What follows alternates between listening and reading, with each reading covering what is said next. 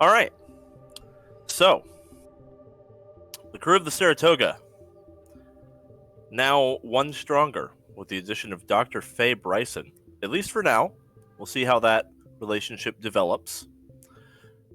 You have elected to travel to the Normandy crash site, which has remained untouched since the Reaper War on account of the fact that it is in Terminus Space and it is very out of the way. There is no mass relay remotely near it. We join you now, currently taking one mass relay to the next until you've reached the edge of Terminus Space, and in a very short period of time, you reach the edge of where the mass relays can take you, and are now forced to kick into FTL and begin the slow, arduous journey to where the Normandy crashed, well outside of that network. You're expecting at least a 3, maybe 4-day journey, depending on if anything happens. So as Dr. Bryson comes back in, and Shepard's going to show her to her room. Once she gets her kind of to the door, she's going to look at her and kind of stop and just, I am very sorry for your loss. And then just turn and book. She doesn't say anything in response, just kind of nods. She didn't have a chance. Shepard was gone. Yeah. She heads into the common area where she is on the map here. And she's actually going to sit down in the common area and like set up her laptop and get another laptop out of her bag and put it next to it and link them. And she just starts doing stuff.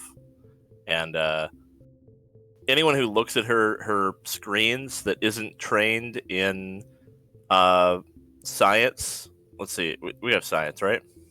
I'm still learning all the skills. Yeah. We do have science. Anyone who is not trained in science, technology, and medicine, you have to have all three. You are utterly confused by what is on her screens. You cannot make heads or tails of it. You need like 3 PhDs to keep up with her. She's working on something. Yeah, so you almost kind of have an idea, but I've got science. Let's get Ray in here, and with our powers combined, together you might be able to decipher what we can summon Captain Planet to tell us what is on her computer. Like staring at this screen, anything to do with biology, I'm confused, but I understand the rest of it. At the very least, Ray could do it by herself. At the very least, it seems very clear. Yeah, Ray actually could keep up with Dr. Faye. It seems that she's kind of part of her backstory. So Ray is Captain Planet. At the very minimum, it is clear that she is very qualified, possibly or almost certainly overqualified to be like crewing on a ship. She's just kind of here for the time being because she has a vested interest in the whole Rachni thing. Which is not to say that she could not become a permanent member of the crew, but she currently is not. Again, Mass Effect Classic. You've got an NPC that could join the crew, but she's not like there yet. Yeah. Right. There's still stuff left to do with her if you want to keep her.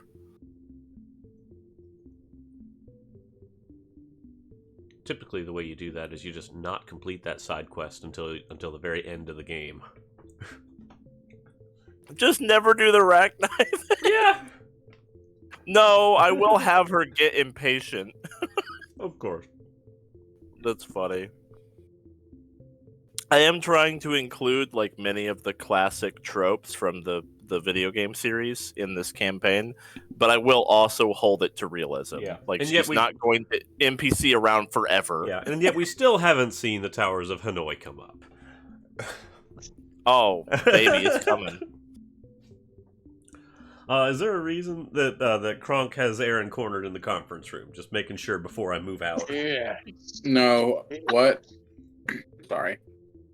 I didn't know if there was a reason Kronk was in. Okay, like if you had put him there so that you could talk with her or something. All right.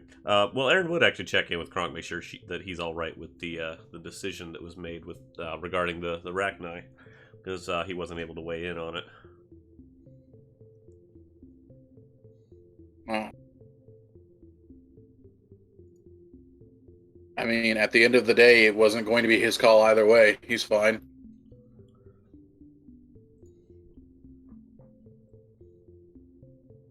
So he seems rather aloof about it.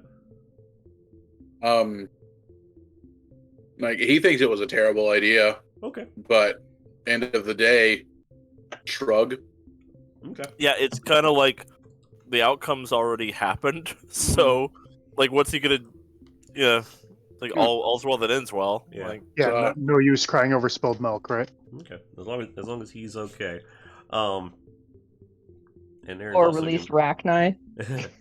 Aaron's also going to head down to engineering to do a similar check-in with Ray, because I know Ray was the voice of opposition there.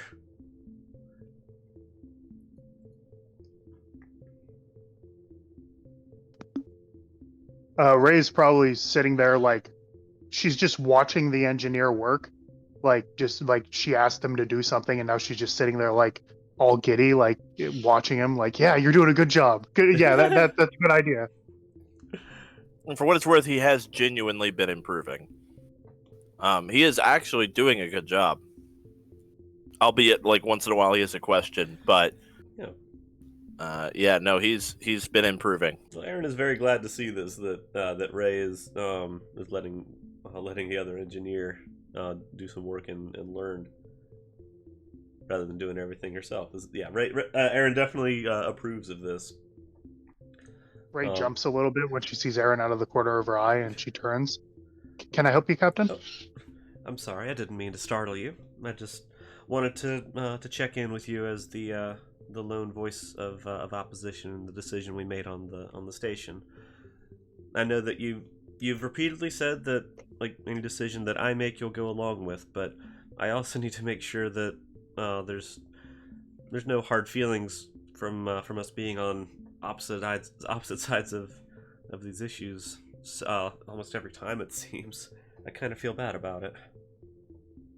No, I understood where the rest of the group was coming from, and I do appreciate that you were attempting to preserve life, but synthetic life just isn't real to me, and I'm just afraid that they will eventually realize they aren't truly alive, and that may cause problems. But your decision was made from ancient wisdom, so I stand by it, and I think we did the right thing.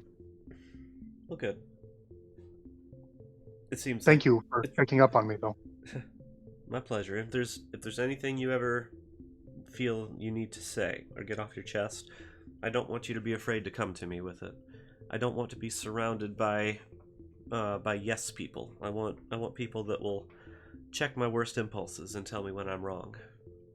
Well, unlike with the Quarian ship, I didn't have as much of a emotional engagement with it. It was more of a philosophical engagement. So, Of course. but I appreciate that. It's good to know that we can speak with you, especially if we're going to be speaking the opposite of what your opinion is. I'm sure the rest of the crew will appreciate that as well. So far, it seems like hard decisions have been pretty standard. So, Well, let's hope on the next hard one we're in agreement. It would make me I'm feel sure. better if nothing else. I'm sure the stars will align at one point. Okay. I also don't want you to think that your opinion is being ignored. I do value everyone's input. Just got unlucky with the numbers. Hmm. Did you, by any chance, ask the Krogan what his opinion was? He seems uncaring. He does not seem as emotionally invested in it. He does think it was a bad idea, but he doesn't let things like that hang over him, fortunately. Well, it's at least good to know that somebody in the crew would have at least slightly sided with me. I don't want to make myself an enemy of everybody else just because I always make the bad decision. Well, you and he seem to be getting along quite well, which I'm glad to see. You can't tell, but Ray smiles when she says that, and she nods and says, "Is there anything else I can help you with, Captain?" I should go.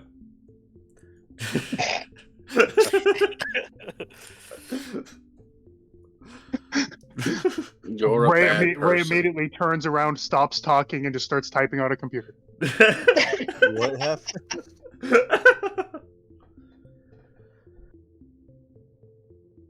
Typical end to a Mass Effect conversation. No, we missed the I won't take up any more of your time, and then the rapid spin.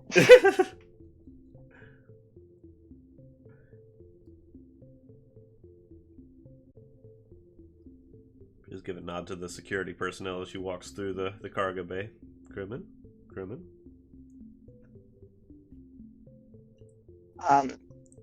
As we're heading out, and after Shepard got the doctor situated, she would have headed into the cockpit and just kind of stood behind David. And after all the pre-flight and heading into the relay and stuff, she would have just kind of walked up and just put a hand on his shoulder and kind of, that friendly camaraderie little, shake that you do on somebody's shoulder was like, hey, holy crap type of thing. Without no major emotion, just recognition of fuck. If there was a speedometer on the ship, his eyes have never left it. He is just staring at it, counting down the distance. But when that shake on the shoulder happens, he'll look back at her and just give it that, I still don't believe it kind of look on his face. But he nods and he just immediately glues right back onto the console. That's his focus. Get smaller numbers. Who we want.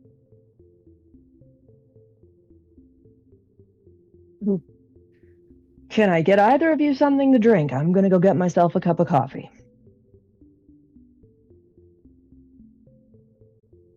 No, I'm good. Quincy? Quincy is stuffing her mouth full of noodles and is like, yep, I'm good, thank you. Okay. I am finished now. Apologies. Quincy, I'm horribly come on, offended no- that you took time to. Yeah. Yeah, no eating in the cockpit, Quincy. Come on. Come on, Quincy! We've been over this. Literally snacks that don't leave a mess only. If you spilled those noodles on the console, Adam is going to flash fry you. You know this. She flicks a noodle at you. It slaps on your forehead. She did it, Adam. She did it. Look, she's the one who's slinging shit in your cockpit, bro, not me. I'm Change going it for that up. My coffee. cockpit is of no consequence to me. Yeah, okay, bud. You tried. I did try. I really wanted him to fuck her up, but it's okay. If you're all done, Go for what's his face. I'm picking up something pretty big on our long-range sensors. Okay, no. The last time you picked up something pretty big when we were flying FTL, that was some fuck shit. What do you mean by pretty big? What I mean to say is that we are currently traveling towards something similar to a blockade. It does not register as council or alliance. We are deep in Terminus Space. God damn it. I swear to God, if I see blue suns, I'm gonna fucking lose my shit. I'm gonna lose my absolute shit. Pirates. Quincy, maintain the hold. I'm gonna go get my fucking armor on because this is some bullshit. Excuse me, pardon me. We got a blockade, Spectre. On my way. Aaron's gonna step up to the bridge and take her seat. What have we got? All right.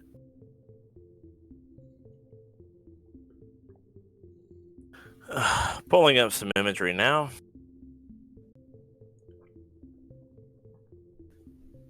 There's the hell is that? There's a planet up ahead that we were going to miss by a good, several thousand miles, but a space station orbiting that planet has hailed us, and there's a non-insubstantial fleet of ships who are holding this territory in a pattern that is very intentional. I believe that if we ignore their hail, there isn't any way for us to continue on our current course without some of those ships being able to engage effectively with us. Do we know who or what occupies the planet below? I do not know this planet. It isn't charted. All right, what about the make of the ship? Do we have any idea of who might have created it? I don't have any contact with the station right now, but from appearance, it seems to be nothing like Alliance or Council design. It's kind of a mess. Drop us out of FTL outside of their maximum weapons range, but within communication range, and let's answer the hail, see what they want. Will do.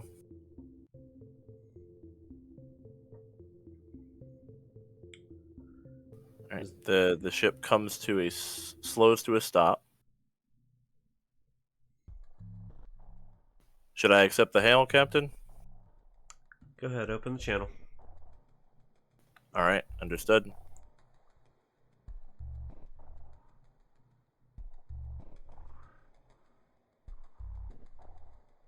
After a delay,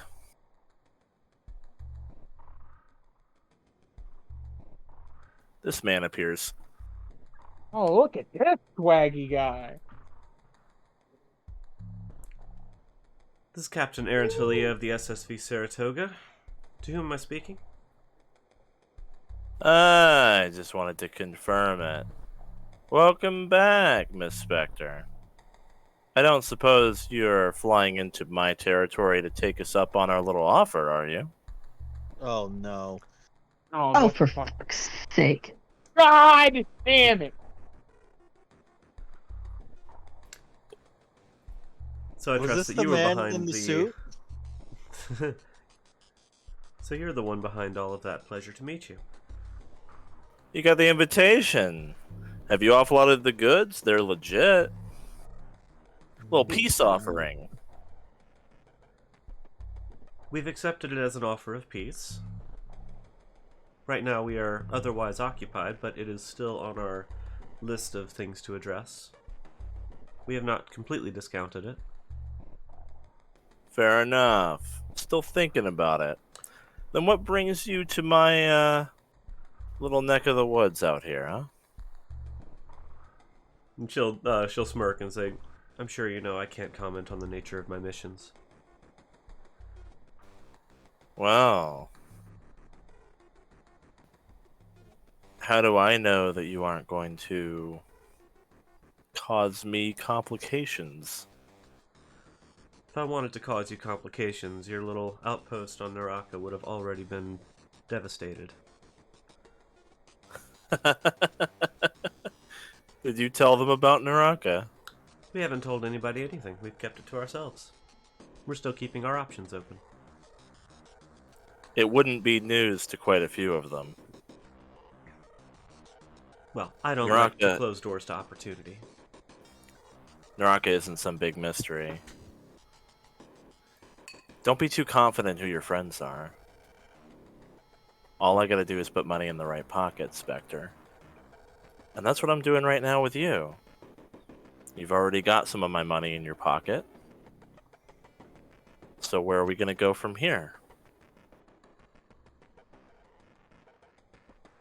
That's as of yet undetermined. While we appreciate the generous offer, we haven't decided what to do with it yet. You know my people, we like to take our time in making decisions like this. Yeah, 'cause you've got all the time in the world. Fair enough. Well, I suppose you can go on through. But, believe me, we'll be keeping an eye on you. Understood? We'll be in touch soon. Good. I'm looking forward to it. Here, take my card. He disappears, and Adam goes, something's happening, and all the lights start, like, flickering like crazy all over the bridge. The controls in the bridge shut off and then turn back on, and then a small green light comes up, and Adam says, "Okay, alright, they're showing off. I think we're good. Running a diagnostic. We have what we need to contact him. It looks like he's in our system now as Snake. Alright, there's no way that's his name. Anyway. Oh. Love Adam. Love Adam just called him out of his bullshit. But I believe the human phrase is edgy. I'm gonna be honest with you, Captain. That was fast, and that was not good. Well, Juvius should have killed him. We are still in the air because they let us stay in the air. Understood. Lovely. Can you assess what kind of damage they could cause at a moment's notice? They had everything. They breached our security in 3 seconds. They had everything. They could have done anything to the ship. They could have vented all the airlocks. They could have turned off the engine and the air support. They could have flown us into a sun. Good to know. Well, at least They didn't do anything. They're just showing off. As long as we don't show any hostile intent towards them, I don't expect we'll see any in return. But we will want to address their offer shortly. Yeah, we might want to stay really far away from them. That was really unpleasant in a way I imagine I can't describe to you fleshy things. Once we leave here, is there any continued danger that it poses? No, they just opened the door, stepped in, then stepped out and closed the door just to show that they could. All right. Good to know then. Helm, continue on course. God, Take us away from here. All right. Adam continues to be like, oh, God, ugh. You guys don't know what it feels like to be hacked. This is not fun. Like they I touched think me. I think we need to equip Adam with the cyber warfare suite. We'll look into that next chance we get. Oh, yeah, let me pull up the specs on my cyber warfare suite, says Adam. Oh, look! And the screen comes up and it's blank. There isn't one! What do you know? Adam, I said I need to get you one, you smart out. All yeah. I'm saying is, I said we should have killed them the first time we saw them. Ship upgrades cost credits. Unfortunately, these people do offer a significant source of it. Just a matter of how much of our morals we're willing to compromise for it. Yeah. We'll address it another time, though. Yep, For now, you're let's able stay to on pass task. through safely. Okay. At this point, all we've got is an audience. Wonderful. As long as it didn't leave anything behind, that's all that matters for right now. Believe me, I'm still running diagnostics, but I have not found anything yet. To be fair, he did say they were going to be keeping an eye on us, and what better way than to, flip something inside? If you need any help, Adam, Ray's probably happy to lend it. Yeah, I wouldn't mind, actually. If anyone wants to take a look. Ray kind of like jolts in shock when he actually says yes. Okay, Yeah. I can head to your you. Don't let it go to your head. I just don't want any weird shit in me from Snake or whatever the fuck. Yeah, give me a second. Adam, we'll take a look. We'll get a good look at that. Yeah, where is Adam, quote unquote, on the ship? Conference room. Yep. He is technically located there in that table. Where the AI core is. Oh, Yeah. so he's like a baby AI compared to Edie. Oh, yeah. Yeah. Well, Edie could do all kinds of crazy shit. She had an electronic warfare suite, like, stock. Yeah. Adam mostly just is snarky and can do, like, telemetry. Like, he's actually, like... Yeah, like, he's barely anything. He can, like, pilot the ship. He can, like, autopilot the ship, and he can crack jokes and do long-range data analysis, and that's it.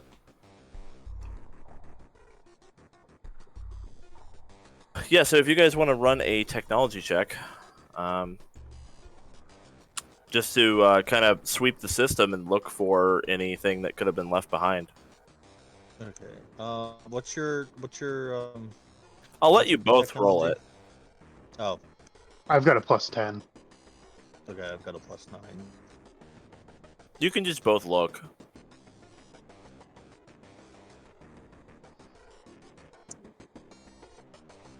Boost that up to a 18. Okay. Well, working together, the two of you and Adam are able to find something after quite some time. You find a very small, very unobtrusive program that wasn't present before and is buried pretty deep. The bad news is that as you find it and you're not quite sure what it is or what it does. It definitely wasn't there before. It clearly is sending information somewhere, which means if you get rid of it, whoever put it there will know you got rid of it. Could we isolate it and feed it false information? That would be very hard to do. You can attempt it, but the consequence of failure would be the same as if you had removed it. The person on the other end would be able to tell. Well, they didn't say we had to keep it. They didn't, but I'm just keeping you informed. Yeah, I'm just keeping you informed. Spectre, you got a copy? Huh? We did find something. It looks like they're tracking us. All right, then we'll have to keep away from any sensitive areas until we can get that dealt with. Ray seems to have an idea of we could either attempt to move it or try to feed it false information. But if we mess it up in any way, they'll know. We don't want to make any enemies just yet. I don't think we're going anywhere too sensitive for the time being. So we'll let them snoop for now. You're going to an uninhabited world in an empty system. If anything, they're just going to be confused. I'm more worried about them being curious, and if we leave any sensitive information behind on the Normandy, they'll come in and swoop up and pick it all up. And if nothing else, the Normandy itself is still probably considered state of the art. So these people will pick it clean. Exactly. Yeah. Any idea what kind of information they're sending? Are they relaying sensor data, comms traffic, ship status, or just our location? Then, is it all of it, or? You don't know what it's sending. We have no way of knowing at the moment. You've currently where you are is there's something there that wasn't. It's sending data packets. But in order to figure out what is in those data packets, again, anything you try to do, the price of failure will be that they will know it was tampered with. So you can try to figure out what it's sending. You can try to send false stuff and isolate it. You can try to remove it, whatever, right? But as soon as you start to engage with this thing, it's not guaranteed. The dice are going to decide. There will be a chance that you mess it up and they are alerted. Well, we didn't agree to have this thing. So as far as I'm concerned, they can't be upset if we remove it. It shouldn't be there to begin with, but it unfortunately, Spectre has to make that call. If anything, we could. If anything, if we have to talk them down, we can say that we were doing a routine maintenance, we found it, we didn't know what it was, it could have been from any of our enemies, and we removed it. Because it's not giving us any indication of who it's from or who it's even going to. But this is immediately after it was put there. Well, we could wait. We're just going to be traveling through dark space, but before we get to the Normandy side, I think we should either try to fake it or try to remove it. Yeah. Mark, what do you think?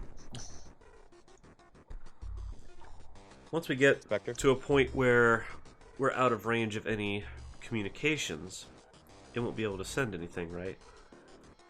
Yeah, technically, I can't imagine they installed a quantum communicator through this program, so as long as we're away from communication buoys, we should be able to at least have a time there where it can't see anything anyway.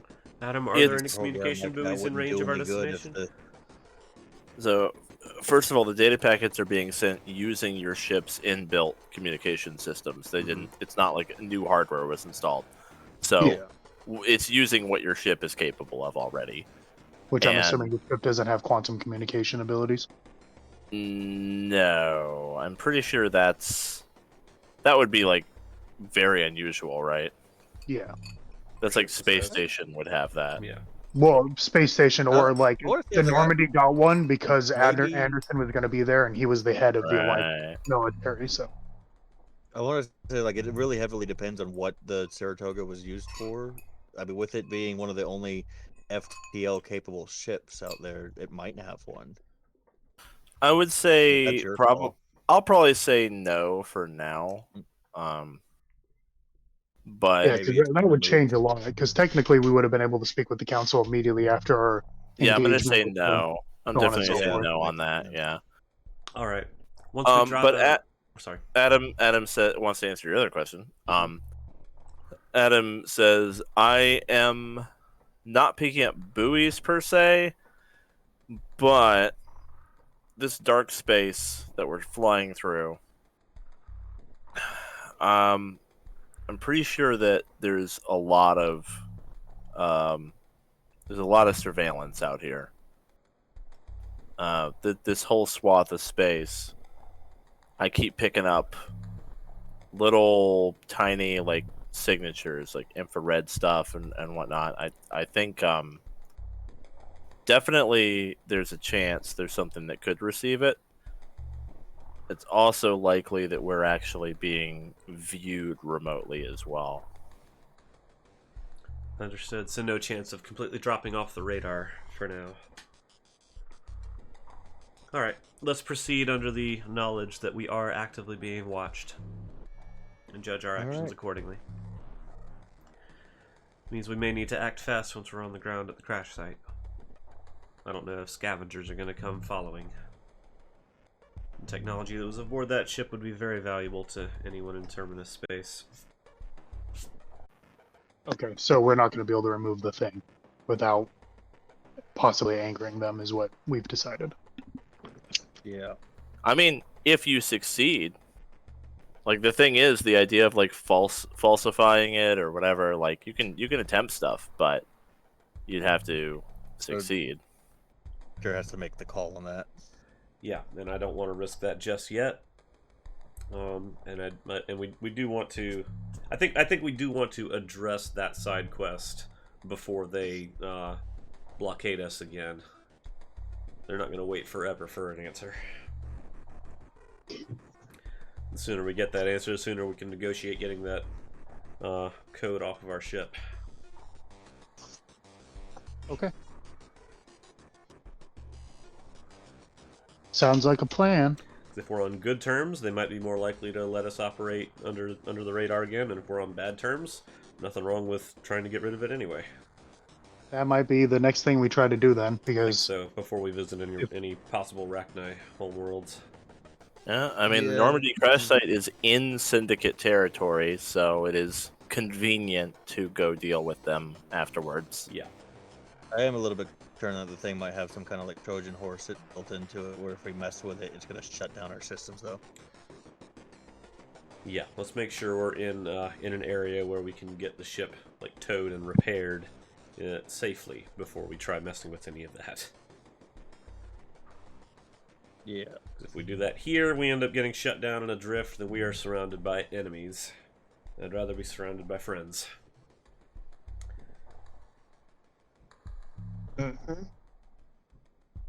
We'll stay on course for the Normandy site and then decide what to do about the Syndicate directly after.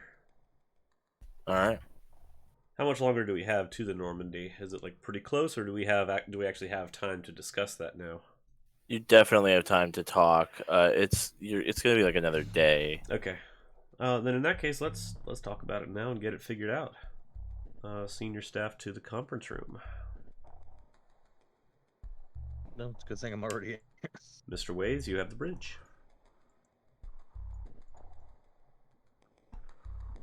Where's Ray? Oh, she looked. Soon to be captain's log. Is Juvius coming? Father! As he walks past, I accidentally knock his log out of his hand. Oops. Sorry, man. This is no problem. And he like slaps the Krogan on the shoulder. Yeah, Don't, you know. don't do that. Oh boy. So it seems like our hand is being forced to have to deal with that the syndicate sooner rather than later. So right after we deal with the Normandy crash site, we'll have to take action on that one next. Ray, you still have the crystal that we obtained? Most of it, yes. Oh God. What? Would you look at that? A bunch of underhanded criminals are operating in bad faith. Who'd have thunk it?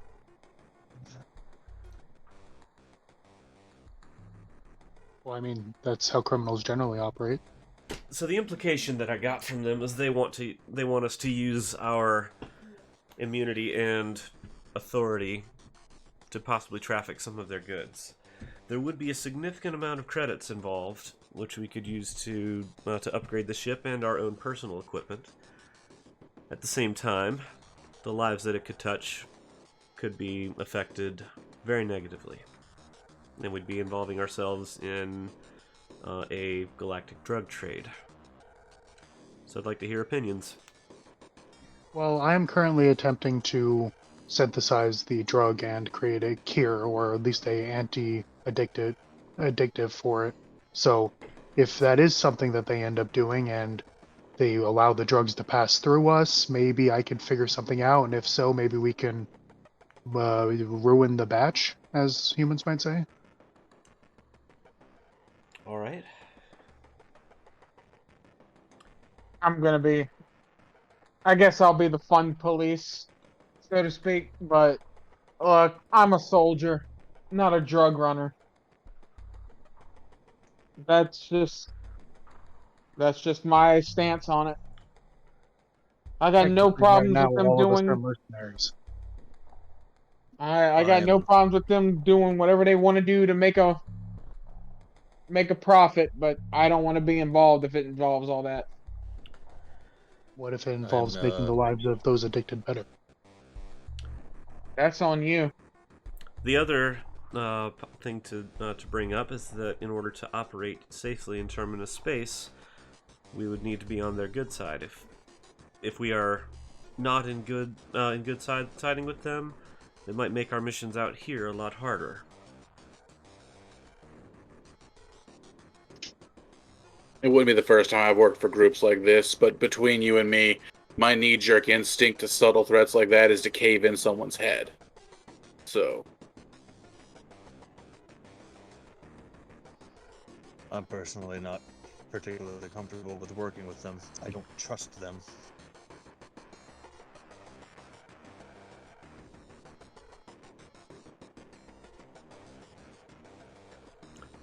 Does anybody have any... So it seems the majority opinion is that we not engage with them at all, and we leave that alone. Is there any dissenting opinions?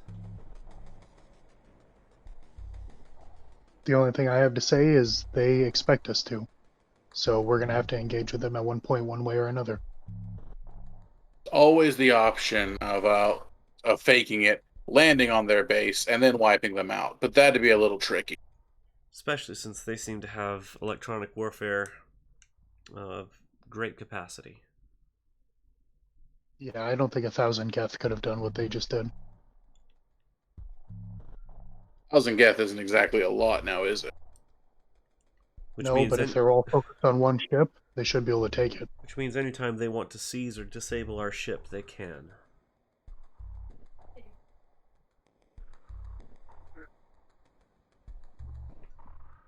The other option is to use the Saratoga's FTL capability to take the long way around, rather than a direct route to where they might be able to intercept us. The ship is uniquely qualified in its ability to outrun or outpace other ships in dark space. The only concern there is exactly how long is the long way around.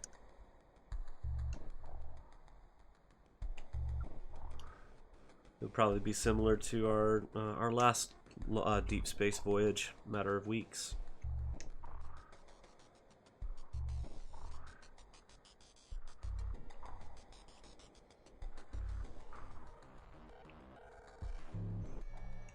it's a possibility. It's an option.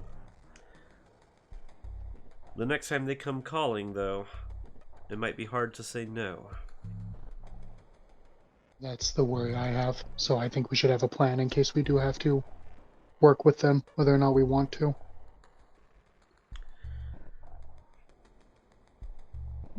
How much work would it take to unnetwork the different systems of the ship? Uh, Adam Well, speaks up and roll says, not a fan. yeah, it's something. It would be something similar to heart surgery or lung surgery, where you have to remove the organ and replace it. That is an apt comparison. Thank you, flesh thing. Let's not. flash thing. Just trying to think of different ways we could get around their electronic warfare, make it harder for them to hack our systems and disable the ship.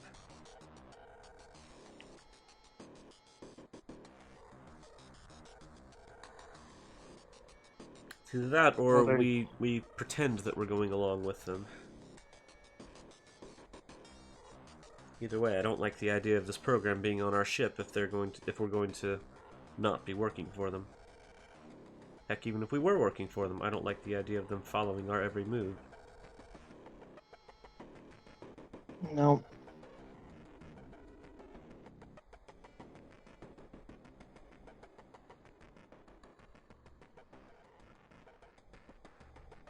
This The feels only like a other thing I could think no-win. of- The only other thing I could think of is inform the council of the situation, but I don't see that going well. The council doesn't involve themselves in the minutia. They only care about the end results of the big missions. They leave And the, from what- these small details up to us. And from what Mr. Snake said, they at least have people working under them who are already well aware of the situation.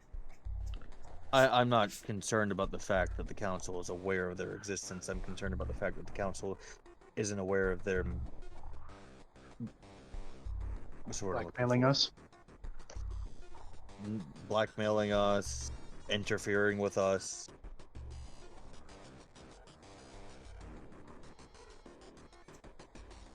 The resources that they have and their ability is also slightly concerning.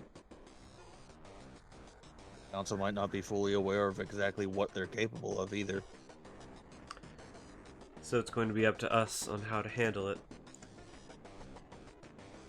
Let's say that we do encounter their blockade again. No matter which way we go, they find a way to get in front of us.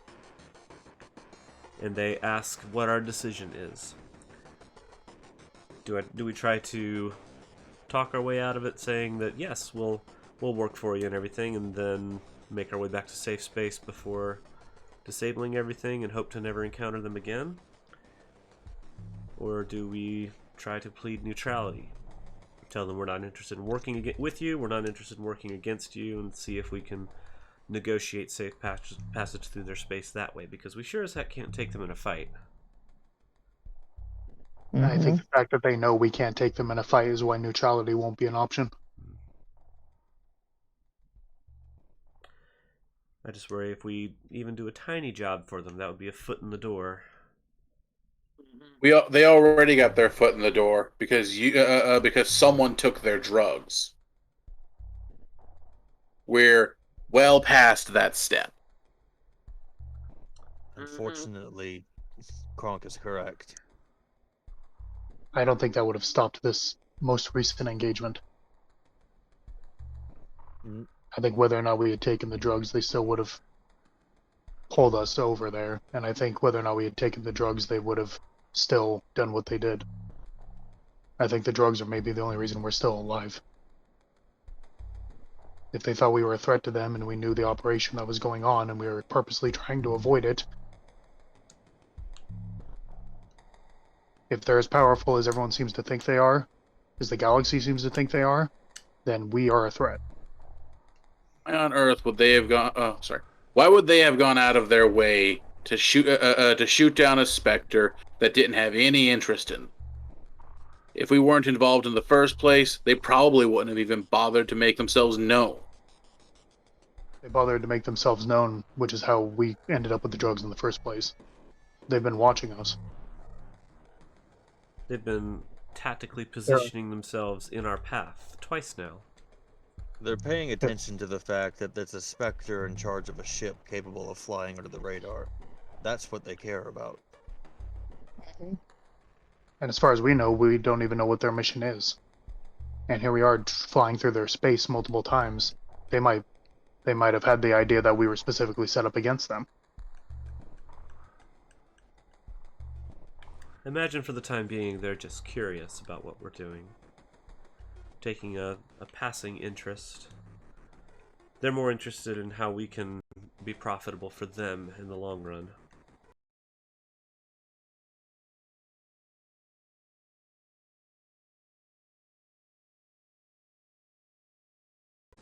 Alright, so I think we are in agreement that we don't become drug runners.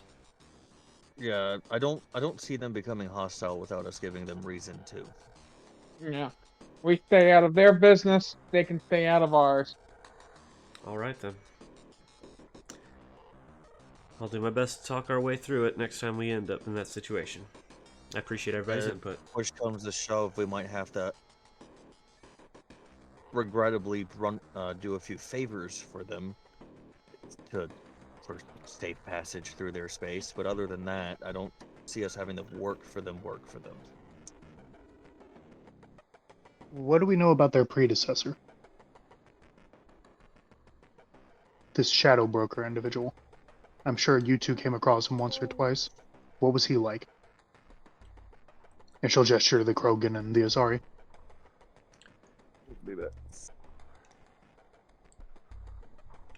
We never actually had direct dealings with the Shadow Broker. Nobody really ever meets the Shadow Broker in person. It was always through agents. Unfortunately, he was very good at keeping secrets. And he ended up helping Shepard, if I'm correct, with the rumors? In some way or another? Or she, or it, or they? Well, I imagine when the galaxy's coming together to defeat an existential threat, even the underbelly of society and the most hidden figures are willing to offer up whatever resources. So yes, I do think Shepard was aided by the Shadow Broker, but it does not mean that the Shadow Broker was a good figure in the galaxy, but helpful to whoever had the money to pay for it. So making friends with horrible people when it comes time to stop a galaxy-ending threat is a good thing? I think you're vastly overstating the nature of a relationship. Allies of convenience aren't friends. Who's trained in history? Ray. Nice. Yeah, roll it. What am I rolling it for? History. Relevant information that you might happen to know. Yeah, give me a history check. It's minimum 18. Ooh, look at that. Yeah. So Ray, you know that because you guys were talking about like the Syndicate versus the Shadow Broker, like kind of comparing. I thought I'd give you a little bit more context. So another thing that you'd be aware of is that the Shadow Broker was definitely like very big, very influential, very powerful, but Shadow Broker operated in a very different galaxy, right? He operated in a galaxy that was, by and large, under the rule of law. Like mostly, for the most part, like the council had everything together. You know, a lot of places were being watched. Still got away with like plenty of shit. But the Syndicate has grown into that void of power in a fundamentally different galaxy. For the first like decade, almost all the mass relays were down. What that means is they could just do whatever they wanted. The criminal enterprise in Terminus Space cannot be compared to what was able to exist before, because it took advantage of the weakness. Like the council and the alliance, they all took such a massive blow, losing communication, losing access to all of these systems. So the Syndicate is much bigger, and much more powerful and much more influential than even the Shadow Broker was, due to the circumstances of, like, they were able to take the opportunity of how fucked everything was for a really long time, for lack of a better word. And the result is that they're kind of like everywhere. Definitely the fact that he indicated that he's got people in the council on his payroll wouldn't have actually come as a surprise to someone who has been around for a bit, because it's like, yeah, of course they do. They're like something like a third of all the trade in the galaxy goes through the Syndicate right now. Not a third of criminal trade, a third of total trade.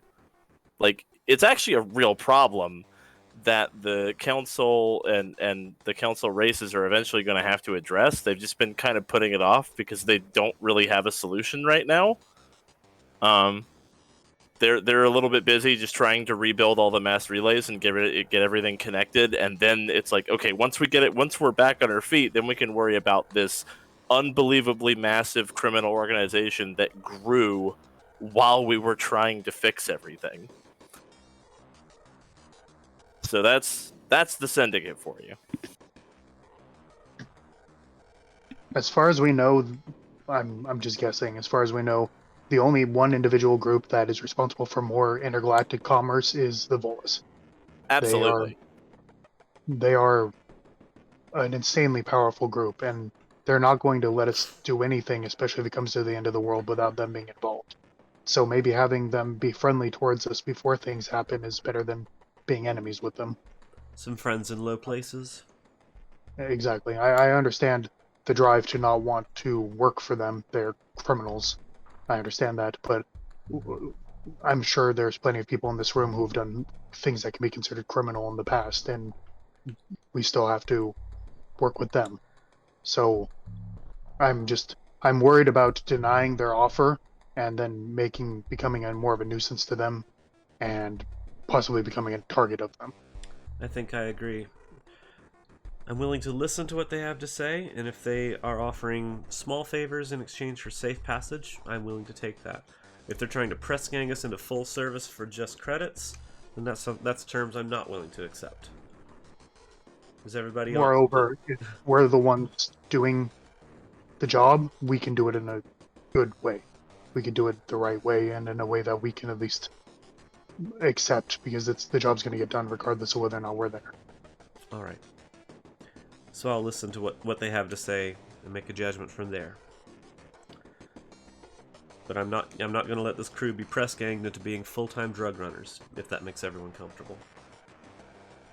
I'd rather die than be a slave, ma'am.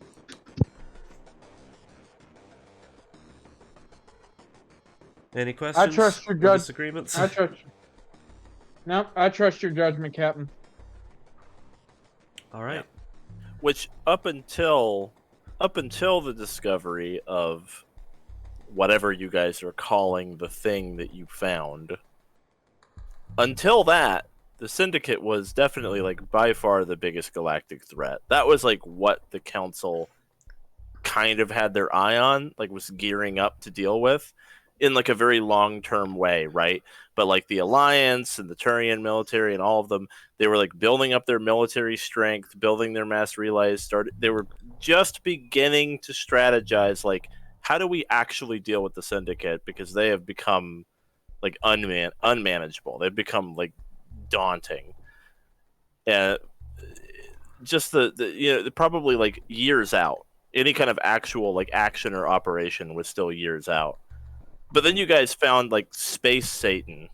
So now it's like, okay, priorities. The other thing is, if the Council does decide to move on the Syndicate, like, we have not. That's not our mission right now. But if the Council did want to make a move on it, it might be handy to have somebody on the inside,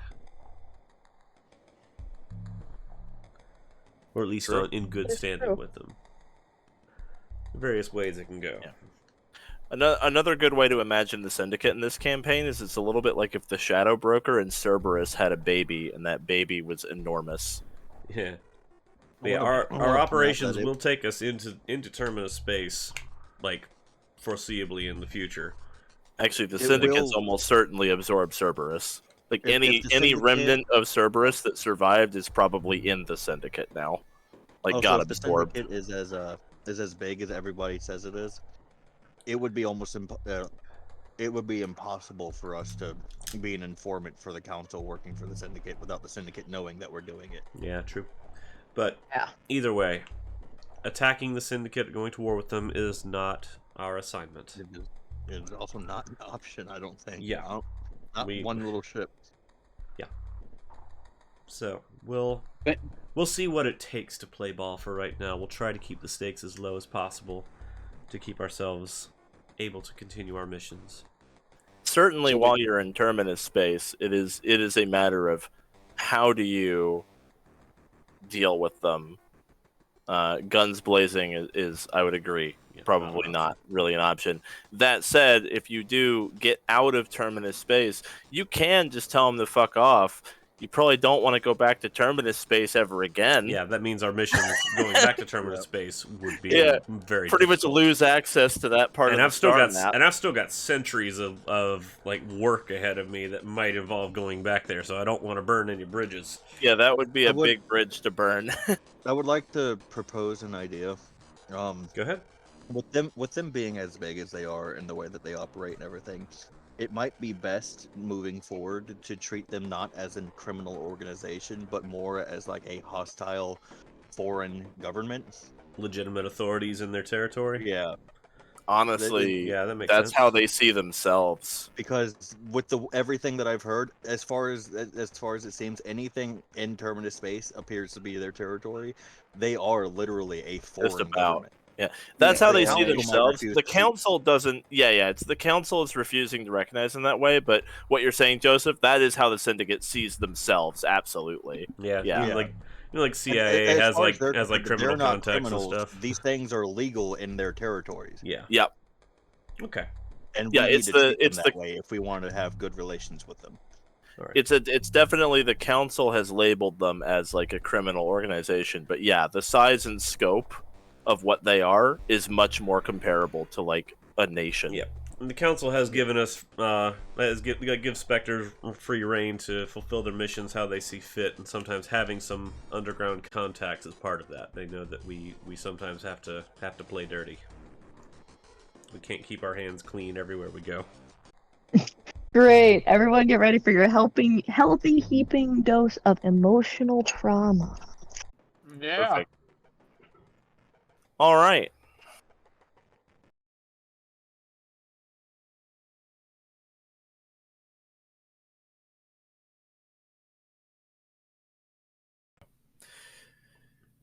You pull into the orbit of a small green planet.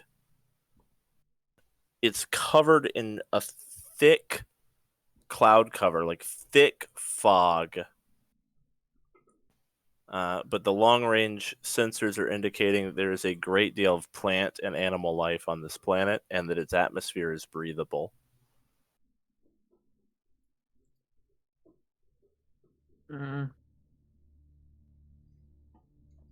Lucille is white knuckle hanging on to the left shoulder of the chair David's sitting in.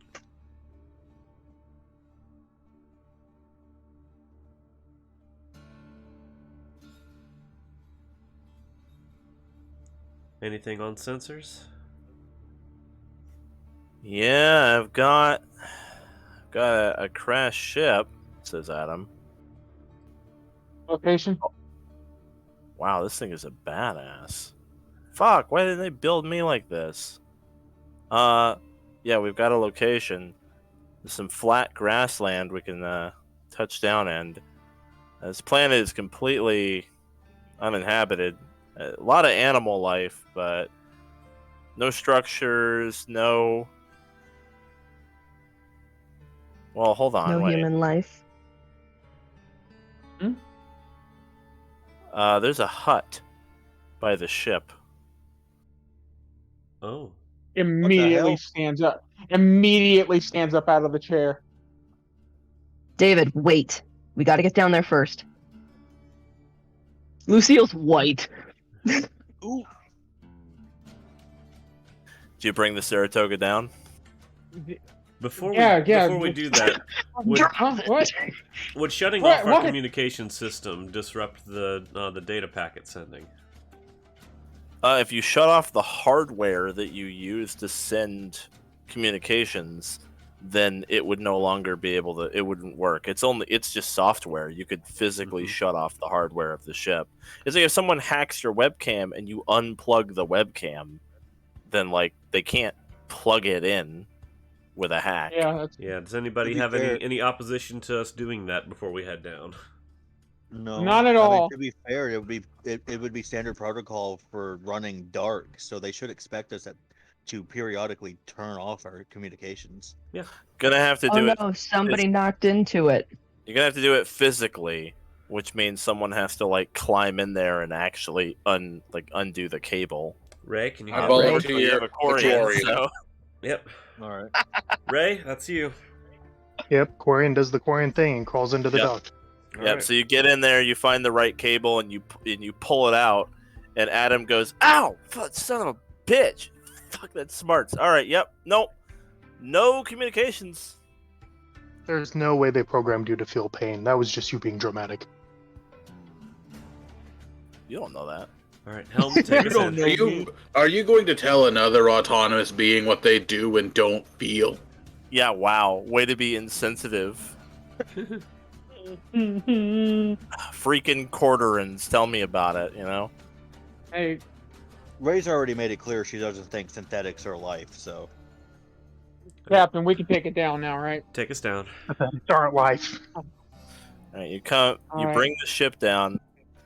The Saratoga comes to rest in a bed of grass.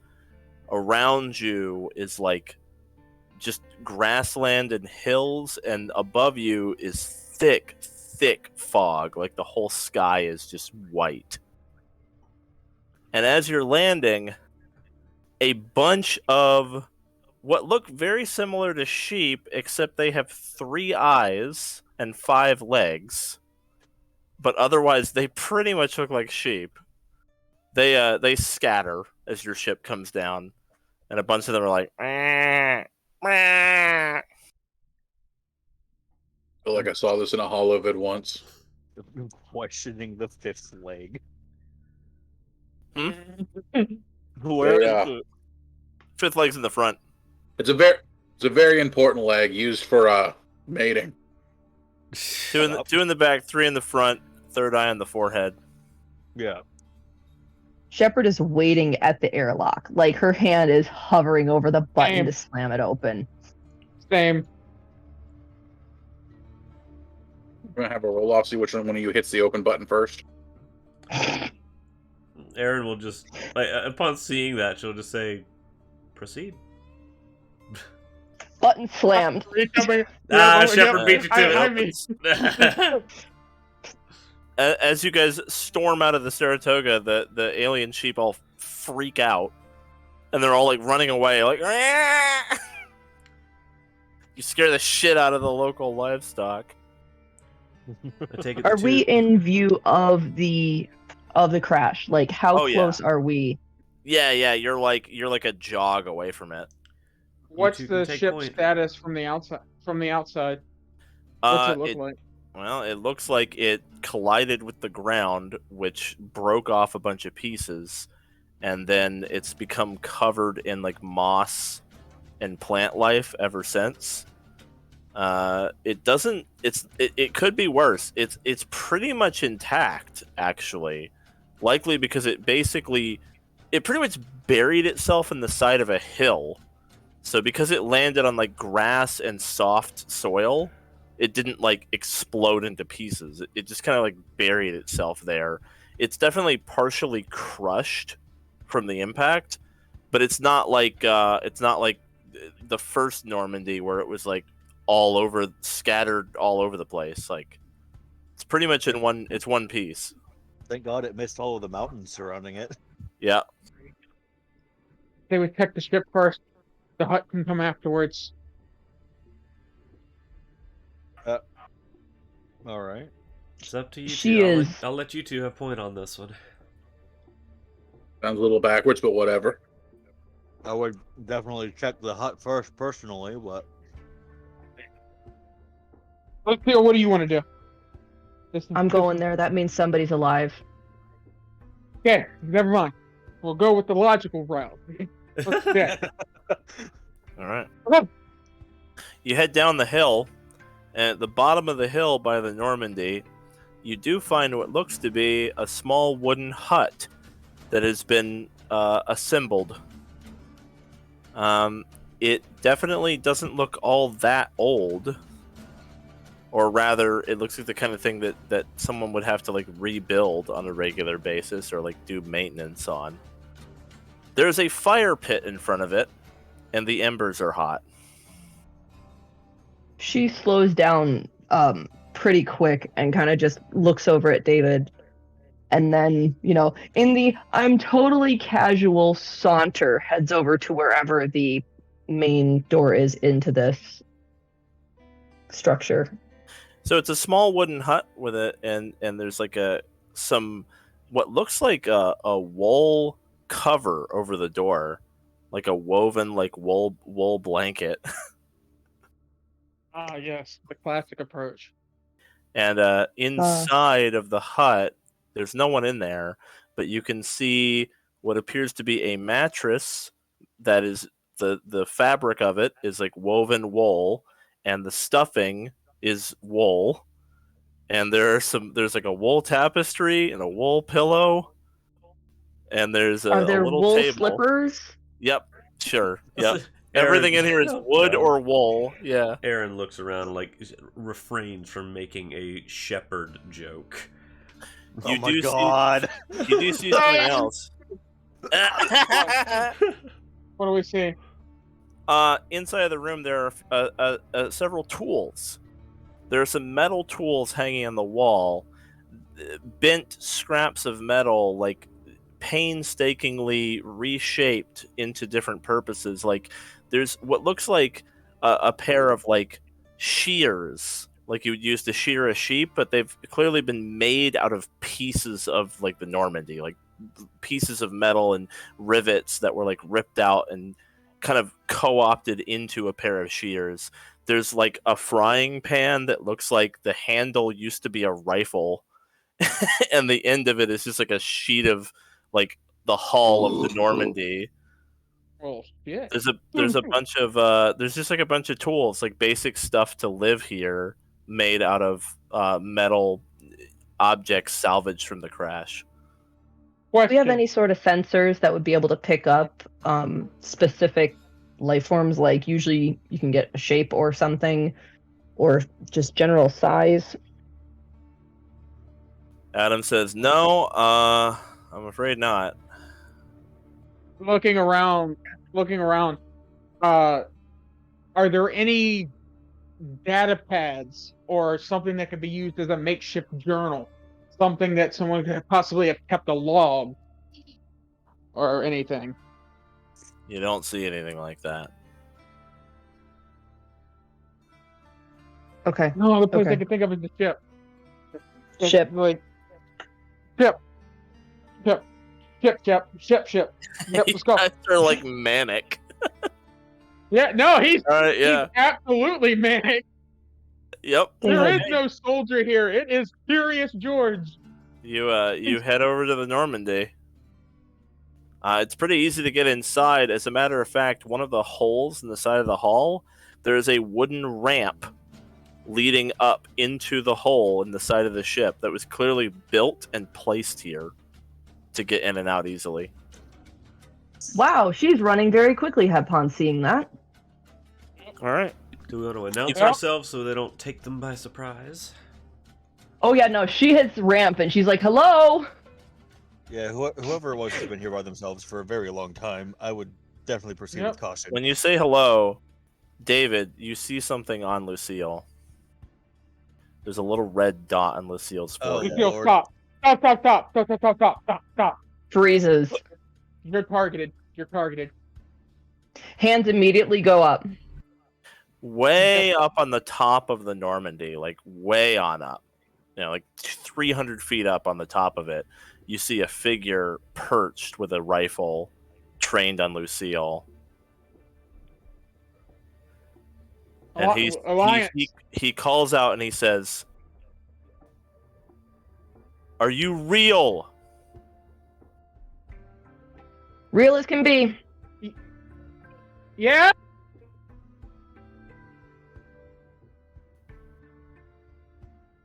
Lieutenant Lucille Shepard, how can I help you? Junior Lieutenant David Moreau. The laser kind of lowers off of your forehead and goes onto the ground, and then it trains itself on David, and he says, "Bullshit." Bullshit. I got the tags to prove it. He's got the mouth too. See, really?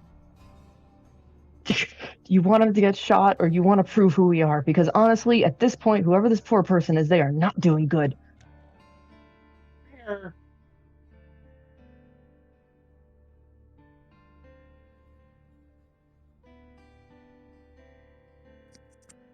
Ready to action to dive between the two manic humans and any gunshot that comes their way. Kronk, or guy Kronk. As a matter of fact, that occurs. Oh Kronk, shit! you throw yourself in the way as he takes a shot, and the bullet hits Kronk.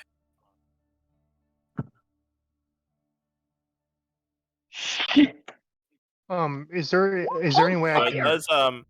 It does 6 damage. It doesn't do much. But as you get shot, you hit the ground. The guy with the rifle way up on the top of the ship he looks like surprised.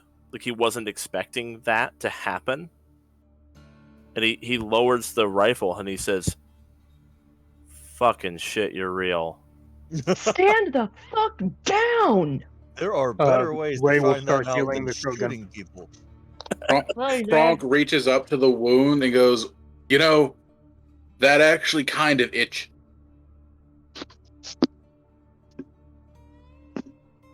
All right, tough guy, let's get you patched up.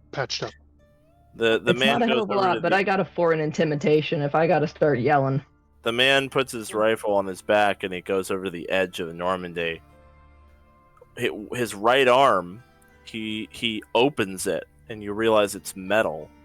He pulls out like a zip line and hooks it, and he zip lines down to the ground and then retracts it. Slowly heads over to where he's gonna land, keeping a very, very generous distance. Hands are up. Hands are up the entire time. The rifle's on his back now, but he also has I a don't sidearm. care. Yeah, that's exactly the thing. Yeah. No sudden movement. Aryn's keeping her arms like kind of out to the side, not like up, but just like away from any weapons that she really doesn't have. She has a pistol.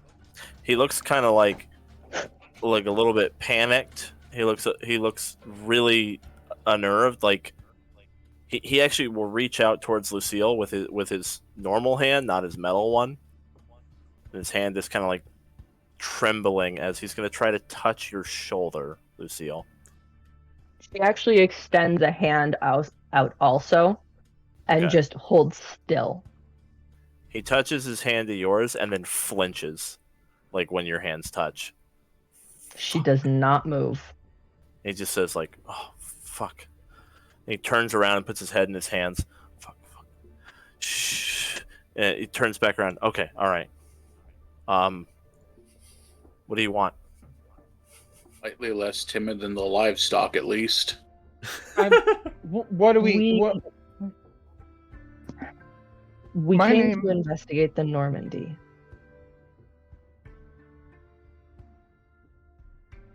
Is there anyone else? Anyone else? Here's Yeah. Is there anyone else? a better question. Who are you? Yeah, that's what Ray was trying to get at. It's just me. Just me and my wife here. Your name. What? Yeah. Here, you haven't met the missus. Come on. If he's gonna show us a sheep with lipstick on, I know. Swear to God.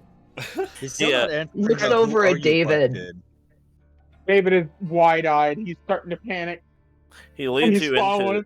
into the Normandy and to the bridge where there is the like long destroyed, like long dead. Actually, no. He leads you to the AI core. Like the long dead AI core. He puts a hand on it. And says, "This is my wife, Edie."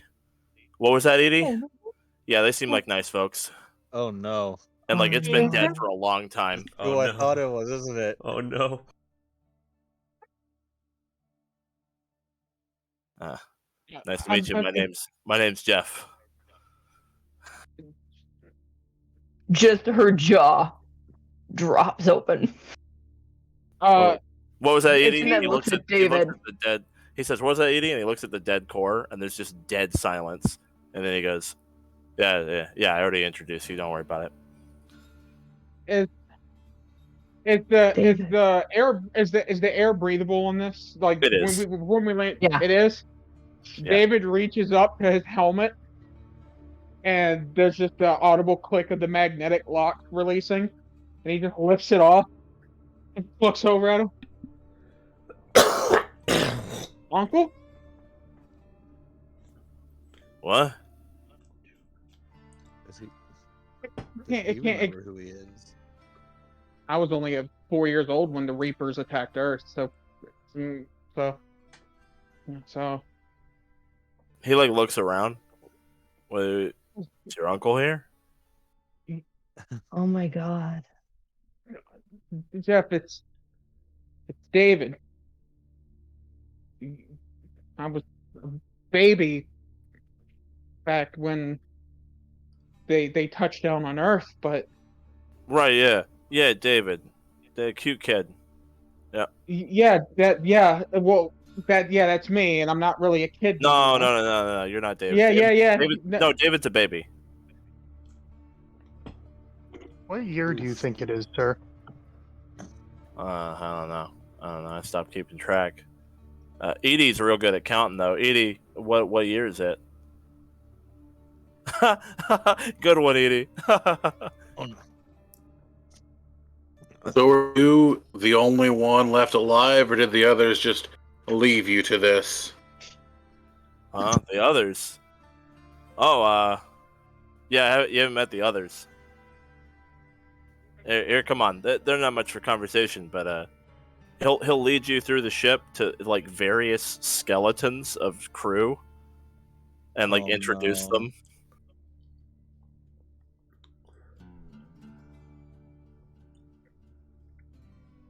Silence.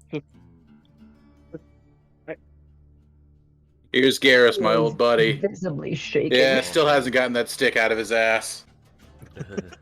Literally impaled.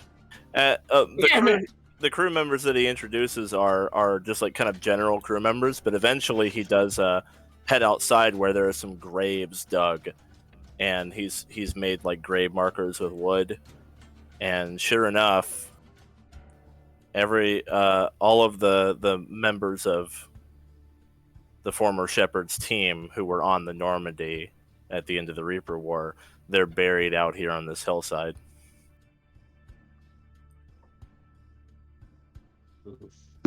Ray's immediately going to go over to Telly's grave and like look at it, and then just like sit down in front of it and just look at it.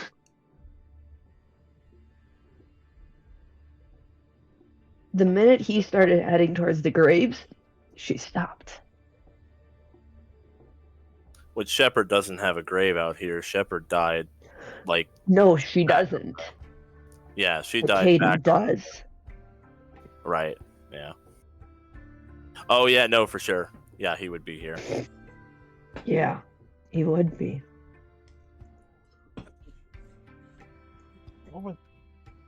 In fact, I would say that his Caden's grave is, like, centered and has Jeff's old hat with the SR2 on it, like, hanging on the grave marker.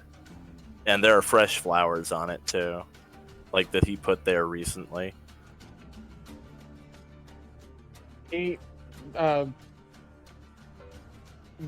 David's hand like reaches out again and like gently like motions against the back of the Jeff's shoulder. Uh, Jeff, uh, I I really don't know how to explain this to you. It's been a lot longer than you think. It really has been. Um Omnicools tell a general time of like the date and stuff like that. They're hardwired and stuff like that, right? Hmm. They would have like a galactic date. Yeah, yeah. So yeah, he'll sit there for a moment and his Omnicool will light up to show the the current time and things like that back on Earth, including the year. And it's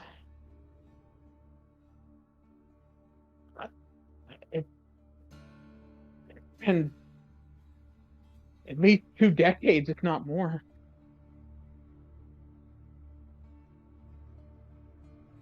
Oh.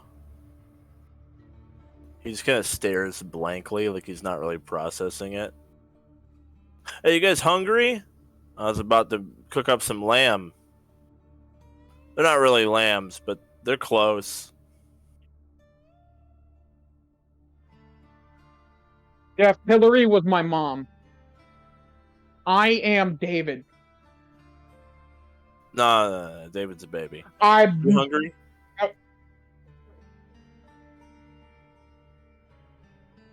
can't be happening.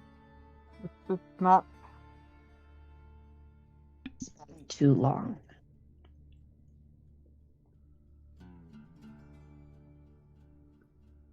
Aaron's gonna take Ray aside and we'll say, "Could you start scanning the ship for usable parts?"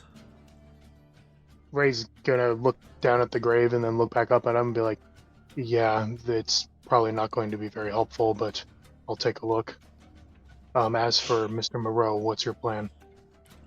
Senior, not junior." I don't know yet. We'll have to see where this goes between him and David and Lucille. Ray's gonna look back at the grave and say, "Kila Salai," and stand up, and then she's gonna head towards the ship and start scanning all the interior and stuff, all the parts, and probably being amazed from the readings she's getting. Yeah, it's very sophisticated. It also crashed here 20 years ago, so it's kind of it's definitely like a wreck in every sense of the word. Deteriorated. Yeah, it's like the whole interior is all like moss now. Like there's literally like flowers sprouting out of the engine. There are like lamb in the cockpit, one's chewing on the steering wheel. Like it's been here for 20 years, so. But it's very sophisticated. If anything can be salvaged. Well, Ray's gonna, I'm assuming she probably brought some sort of small toolkit, so I'm gonna do what I can to salvage whatever usable pieces there might be. Assuming Jeff doesn't, ask me not to. No, he doesn't. He sees you start messing with things, actually. And when he sees you start messing with things, he says, he just kind of passes you. He gives you a little bit of a salute and says, Tally, how's it going? And he just keeps going down the hall. Oh, no. Ray, shakes her head, in shock, and looks back at him. He goes right up to Aryn and he says, Liara, you must be hungry. When was the last time you hung out? Why don't you write? Come on.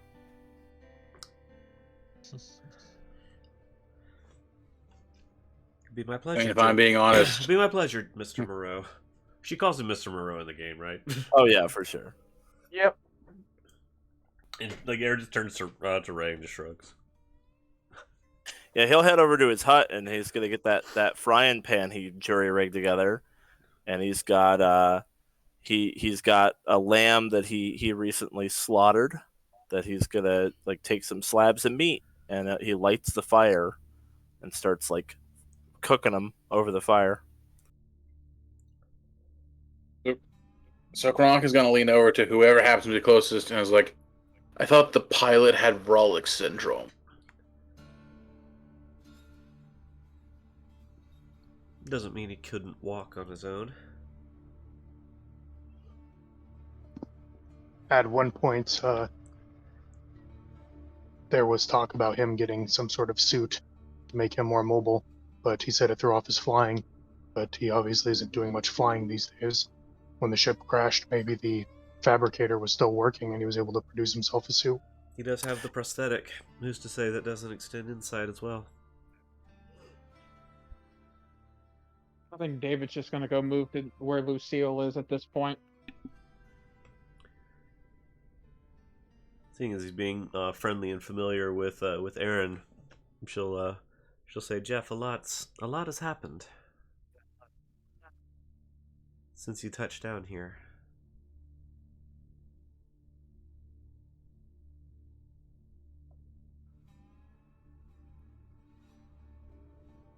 Yeah, is that right? The galaxy does keep moving.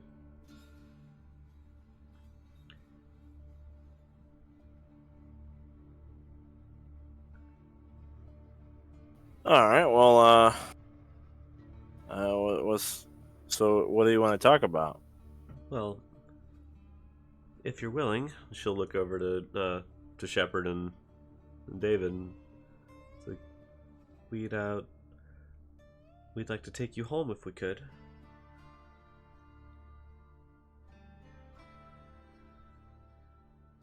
Does she get like a nod or anything from Shepard or David or anything? Does anybody? Oh, David's. No, he's visibly shaking in place because he just doesn't know what to do. Like, while he's outside and distracted by the rest of the group, Ray's gonna go into the Normandy and go to the AI core.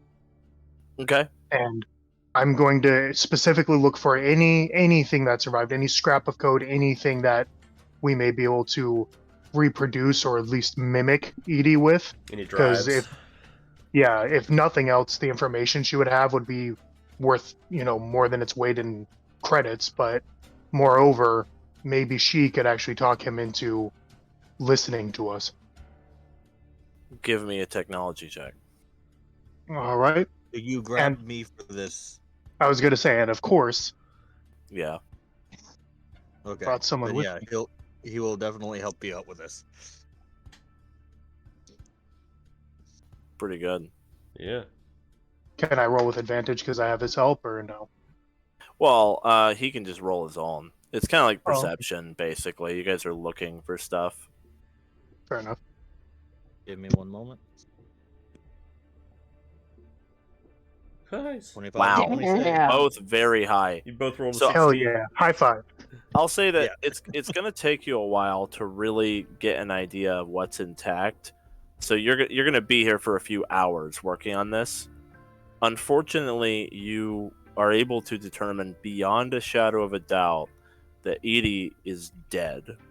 There's nothing left. Like, Edie cannot be saved or brought back in any way. However, the hardware of Edie's cyber warfare suite is in surprisingly decent condition. There we go. And could possibly be salvaged. Furthermore, the Normandy's stealth systems actually survived the crash. Oh, yes. Damn. Okay. So, yeah, definitely going to take anything salvageable. Is there any That's huge. data, like a black box, something to determine like what happened? Yeah, there's a black box. Yeah. Okay. Yeah. If we can't, like, if it's not a physical thing we can take, then we'll definitely download the data. Yep, you can get the data from the crash. Okay.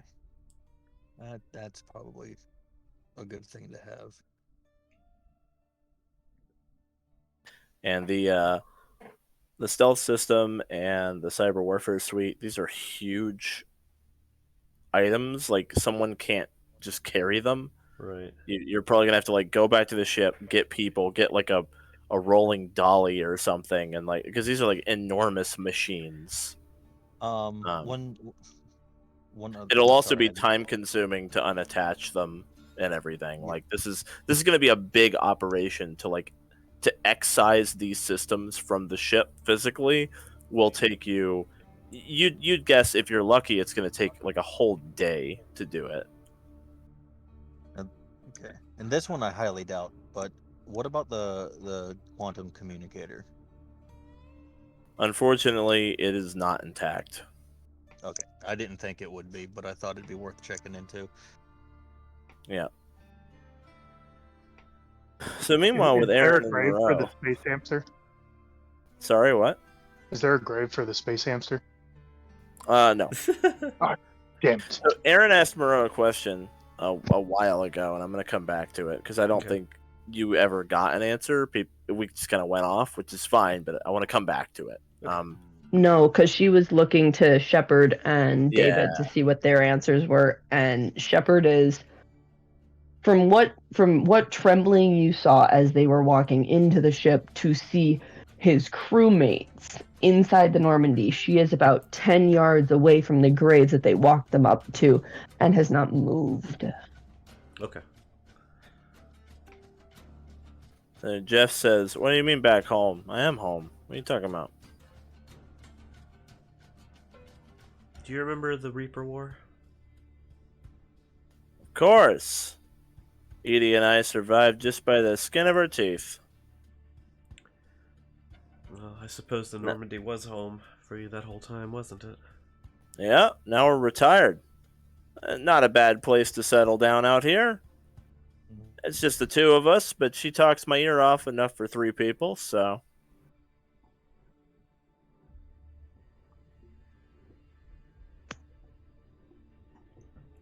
You haven't ever wanted to return back to Earth?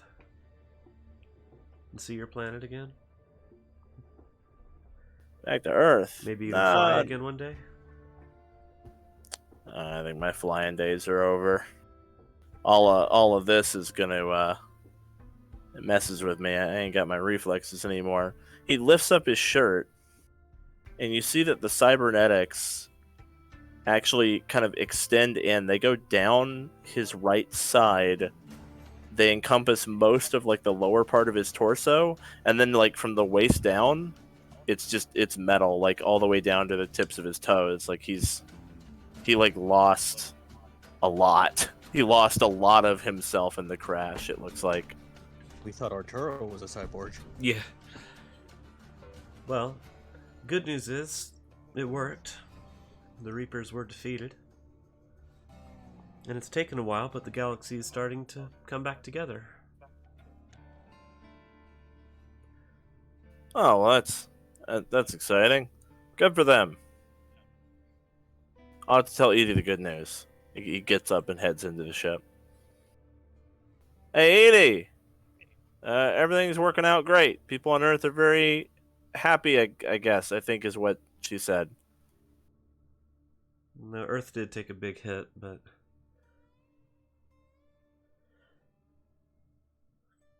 the galaxy is coming back together. Oh, well, that's good. Good for them. What was that, 80? Okay. Well, I'll tell you what. My house is your house. You're more than welcome to stay as long as you want. But yeah, this is my home now. We're happy here together. Yeah, Edie and I are gonna try for a child again. I think this one's gonna be the charm.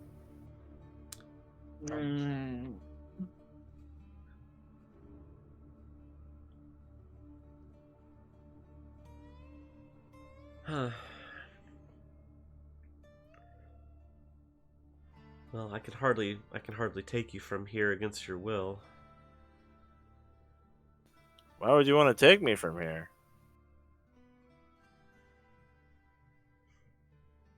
Well, for one thing, you haven't been debriefed on your part in the Reaper War. They're professionals to handle things like that. Everybody's needed some form of counseling, even the strongest of us. And Why would I need counseling? it was a very rough time. Everybody lost a lot. What do you think? I got a screw loose? Hey, Edie, get a load of this. They think I need counseling, like I'm mentally unstable. Can you believe it? It's just dead silence. Good one, Edie.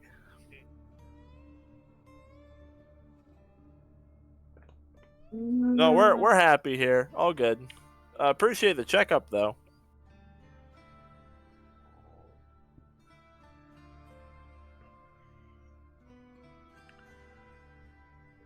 All right. Well, I will.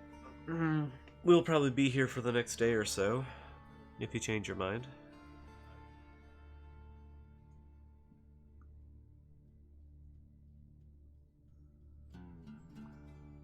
And so as not to deceive you, I know I might look like Liara, but my name is Aryn. Aryn.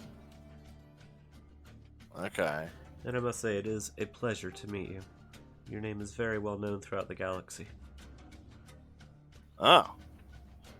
Well, I am an excellent pilot, after all. So I've heard. Best in the galaxy. I was. He flexes his metal hand. It's all everything feels off now. Oh, I understand you've been out of practice for a while. No, most of me isn't me now.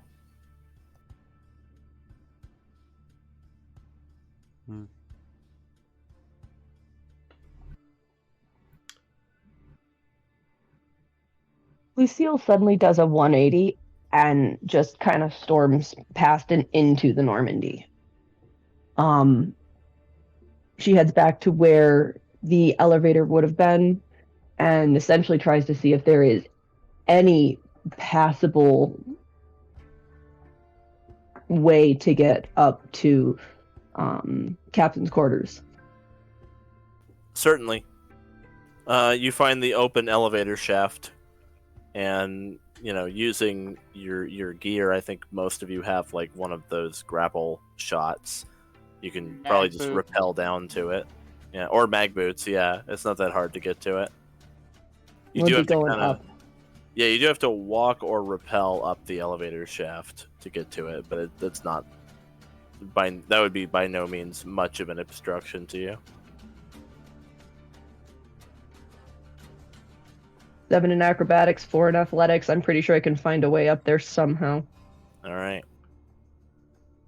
Yep, you reach the top floor, and as soon as you do, several hamsters scurry past your feet. I was about to ask about this hamster. Let's go. You hear like a soft chittering. Boo. I'm guessing the door in is open or at least slightly ajar. Yeah, it's ajar, and when you look inside, you see a ton of hamsters like all over the place. And they've made like little nests in the bed, and there's little like piles of food they've collected from outside that they've like stashed all over the place.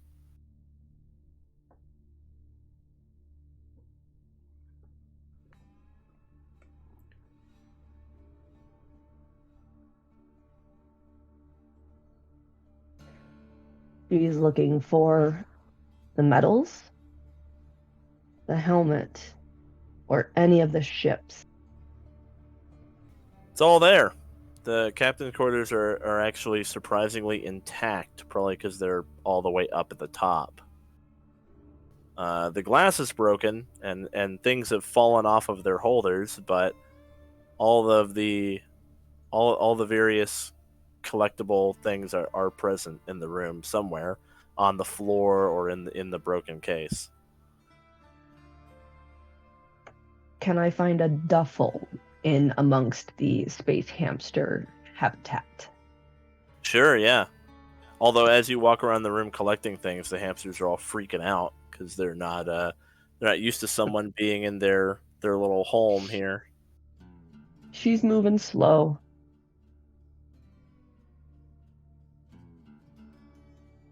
Some of them look like they might have been the hamster on the Normandy, but like a distant relative. Many generations of hamster have passed in this room, I believe it. and they've multiplied quite a bit. But Their yeah, own you little find a duffel society. bag, and you're able to fill it with what you were looking for.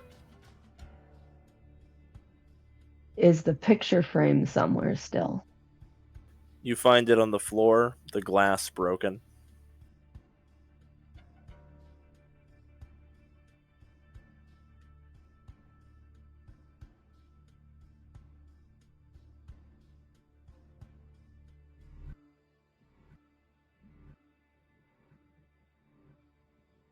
All goes in the bag, and she heads back out.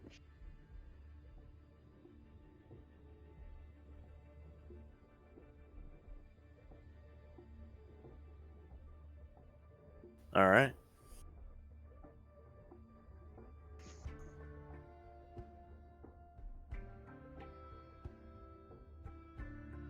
She walks from the Normandy back to the Saratoga. No words. Doesn't acknowledge anybody. Heads in, up to her corner, drops the bag, and then comes back out again.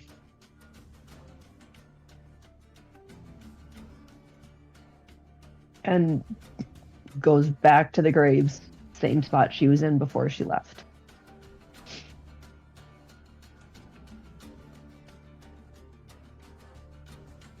As you guys are all kind of standing around, Jeff suddenly looks panicked, and he starts sprinting through the Normandy. To your stations! To your stations! And he kind of jumps into the pilot seat in the wrecked cockpit where like the windshield is just dirt.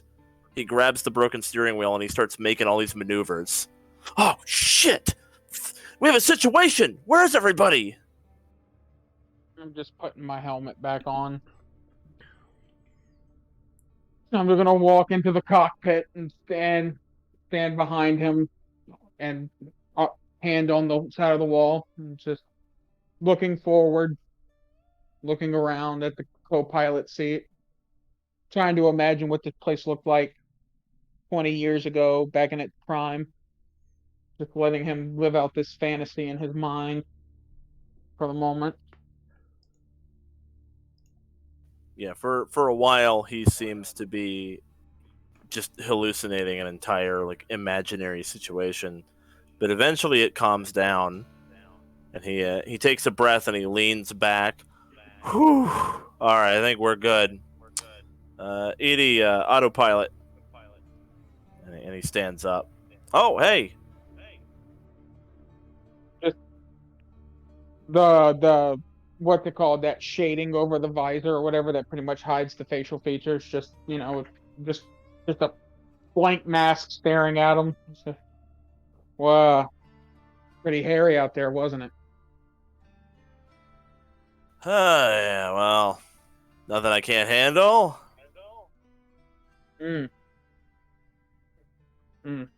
Crazy though. I mean, blue suns all the way out here. What the fuck?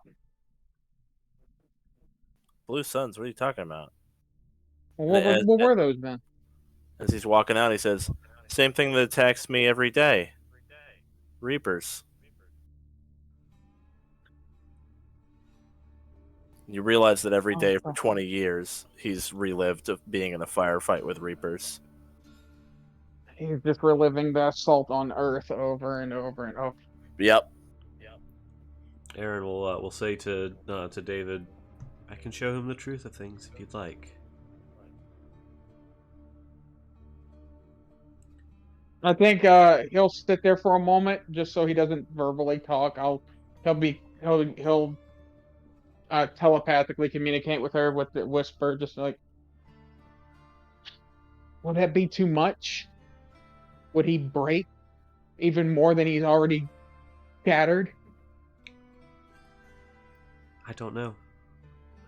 I can reach the depths of his mind, but what that does to him, I'm not sure, which is why I'm asking.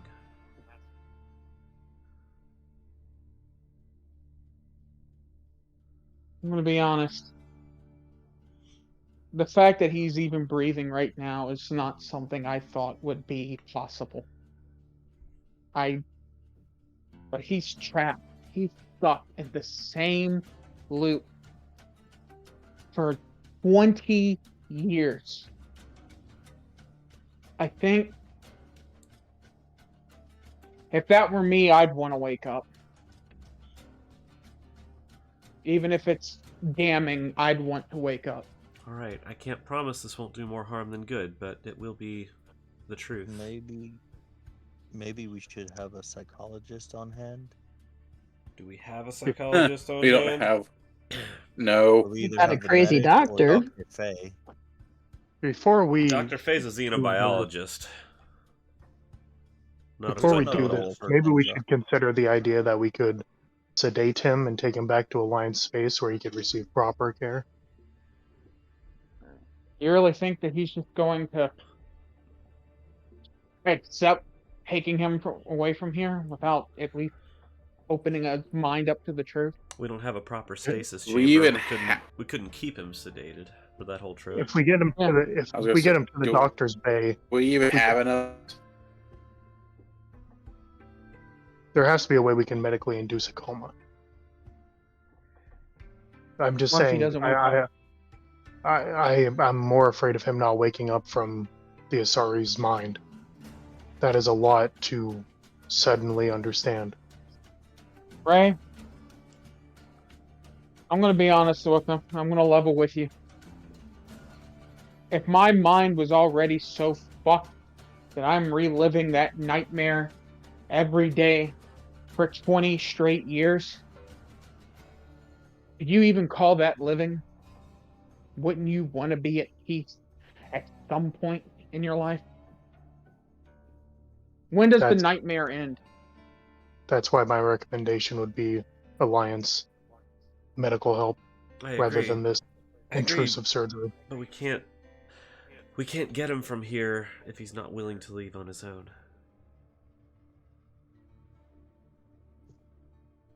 For the longest time this ship was home.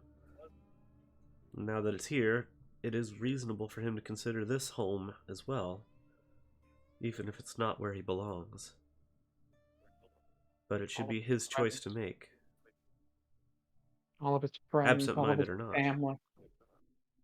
They're all buried out there.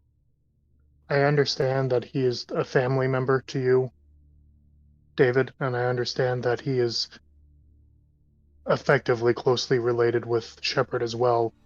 But we also have to accept the fact that he is important to the Alliance. And if he dies under our care, regardless of what it is, that could be a problem. Perhaps we care if should leave anybody- him and bring back an Alliance vessel. An Alliance vessel would not be welcome here. This is Terminus Space. Well, there has to be another option. This seems like not the kind of situation we should put him through. And let's not forget that if his mind is as broken as it seems, that could negatively affect you as well. You So think I'm just- leaving him like this is going to do me any good? Not you, Aryn. Leaving him like this isn't doing him any good either. He deserves better than being marooned. I agree, which is why I think something so invasive is dangerous. It is Steelhead's when the CIC to find you guys. when it boils down to it, he's your uncle and it's your decision, David. I'm just trying to be helpful. No, I get it.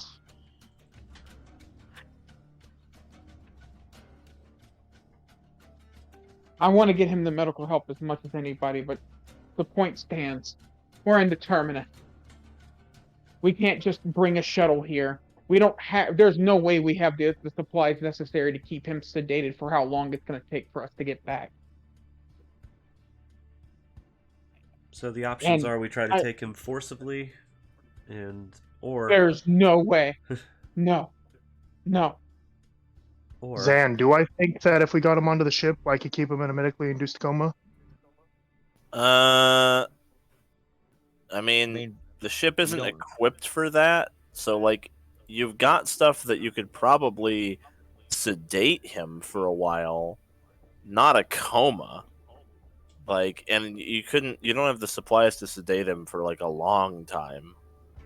it This took us a just few doesn't days make. to get here from the closest relay, right? Yeah, how long do I Yeah. think we could safely sedate him? You could probably sedate him long enough to, if you're not like interrupted, if you're allowed to fly from here to a relay and then relay back to Council Space, you probably could keep him sedated that long.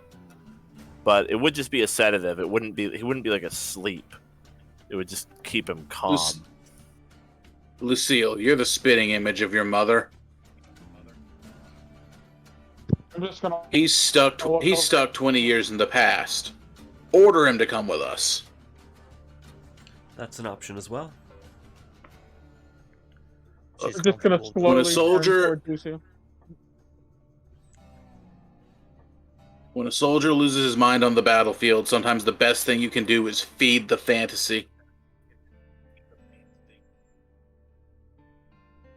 Get them under control.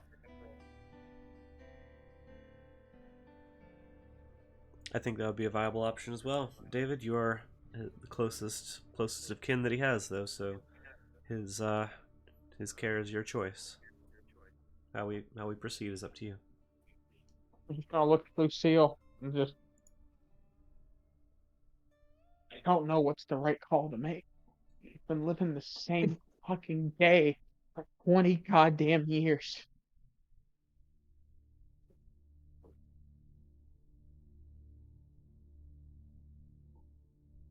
There's What no if we good take- answer. What if we take him away from here and say they help him, say they save him? You know he's just gonna want to come right back. This is home. This is it. This is where everything he had is. If worst comes to worst and you do what it is you need to do, and he looks to Aryn to help him remember, to help him open, and say it does break him, say it does end him. At least he's home with everyone else.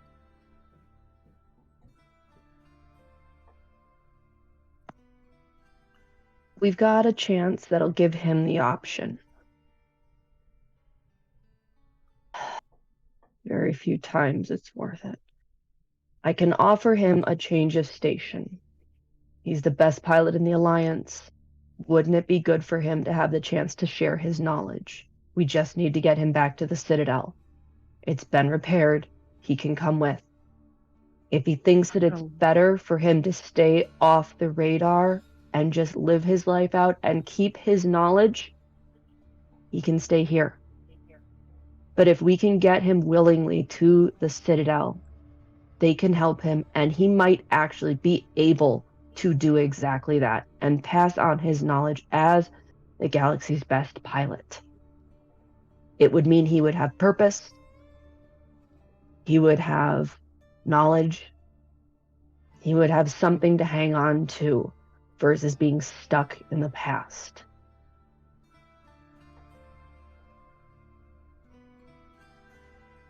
And I'm sure, she looks at Aryn, we can pull some strings and make sure that if necessary that happens. Aryn nods. It's not gonna bring back Edie. It's not gonna bring back Garrus. We're not going to go into who it's not going to bring back right now, David.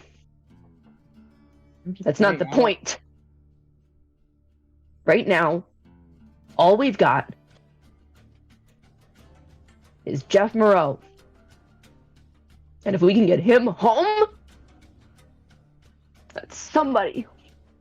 And she looks pissed. Oh, you think he looks like a happy day? Oh no, he doesn't.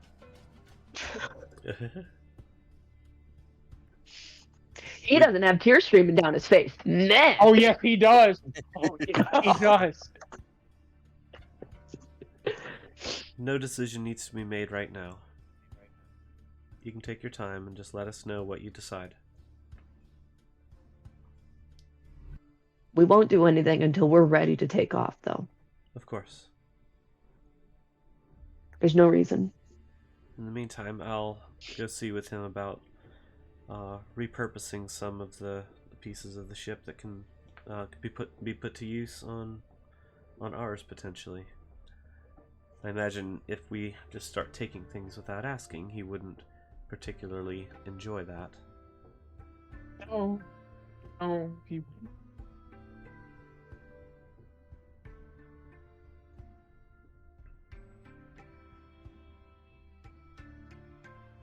Okay. Long shot. I'm gonna look over to Ray when I say this. Long shot in the dark, but I mean, you guys were already probably looking around. I don't know. Check the medical office, medical wing. I know that for a fact they had a first aid station. I'm sure nothing's around that can be salvageable, but you never know. Well, I went to the AI core, so I would have gone through it at one point. How did it look? Oh yeah, the AI core was through the med station. Yeah, you're right. It was through the infirmary. Yep. Would you have paid attention to it though? Probably. She's probably and probably fucking astonished by this entire ship. She looks like a tourist, probably. Yeah, when I went through to the AI core, what did I see in the medical bay? Yeah. Just absolutely wrecked. Everything's destroyed. Everything's shattered. Pretty much, the floor is like ankle deep broken glass. Did Dr. Chocola's get a burial, or is there skeleton in there? Burial, I would say probably for her. She did take care of him.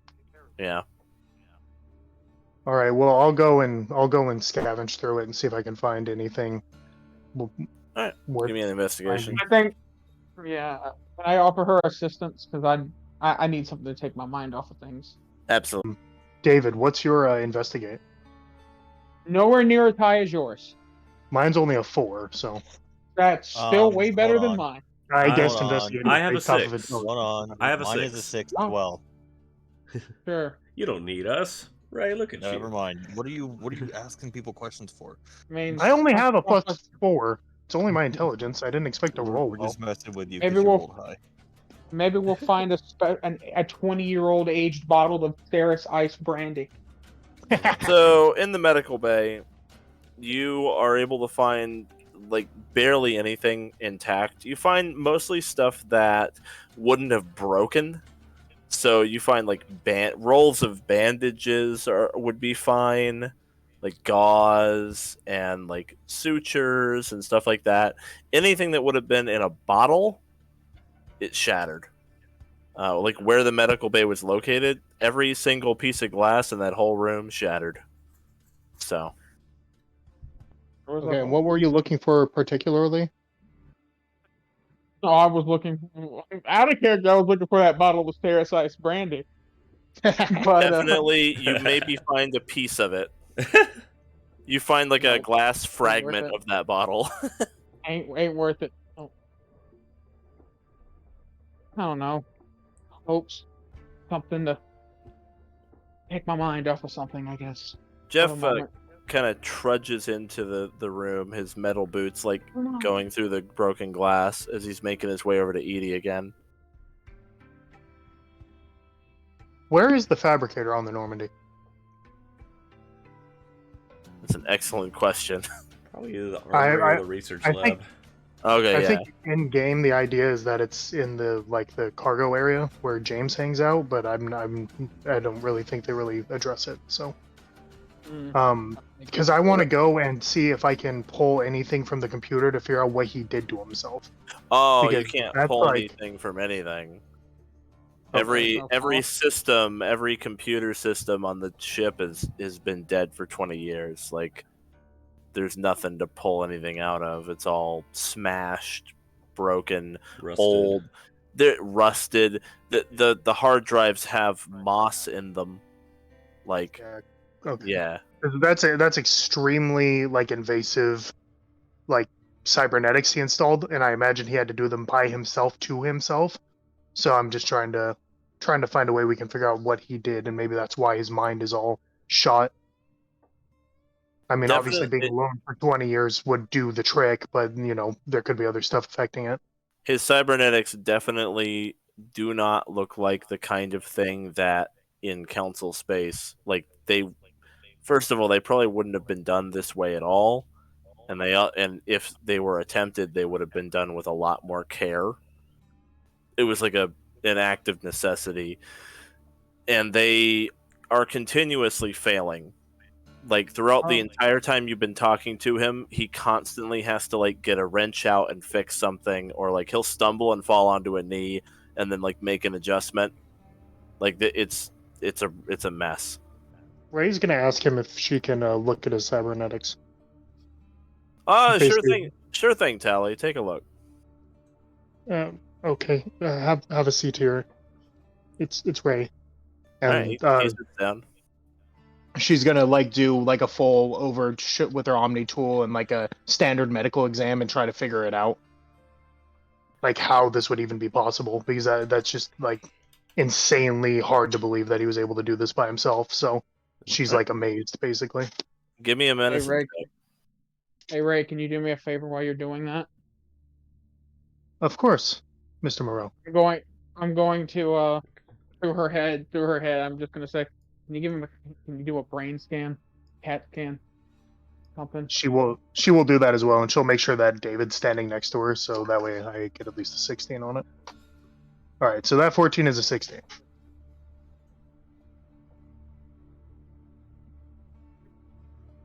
All right. So, actually, this is pretty important to the party. I'm going to use my inspiration on that. Okay, fair. Or at least a couple members of the party. So yeah, I'll allow it. Yeah, Tally feels inspired to make them feel better. Nice. Please tell me it was better. Yeah. Yes. Okay, good. Cool. The cybernetics are kind of a mess, and they definitely, like, for sure aren't something that council space would have done. But after a short amount of investigation, you realize how he has this. You find the syndicate symbol on the back of his left leg.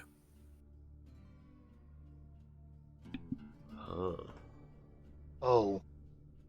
That's concerning. Just a little bit. They might What have about the brain scan? Like stamped onto the it's stamped onto like the interior of the metal plate. That would explain how the people back home got this location. Someone already had to know. Yeah. But what it doesn't explain is why apparently the syndicate, or the idea you would think is that the syndicate must have better stealth technology and better technology than was on the Normandy then. Because if it's salvageable for us, why didn't they take it unless they already have better? And that's terrifying. But how did the brain scan go? Well, you get all the telltale signs of extreme complex PTSD.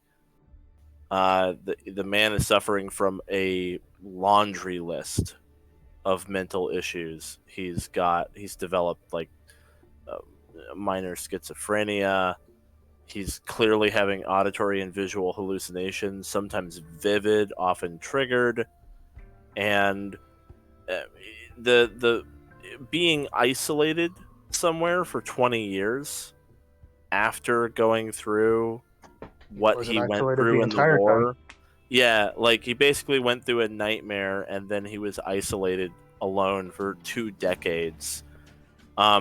Just so you guys know, in real life, they've done studies, and solitary confinement can start to do permanent brain damage within a month. Food for thought. Mm-hmm. He's been here for 20 years.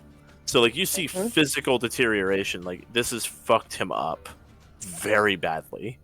Ray's going to turn around and look at David and Lucille and say, you two should probably have a seat as well.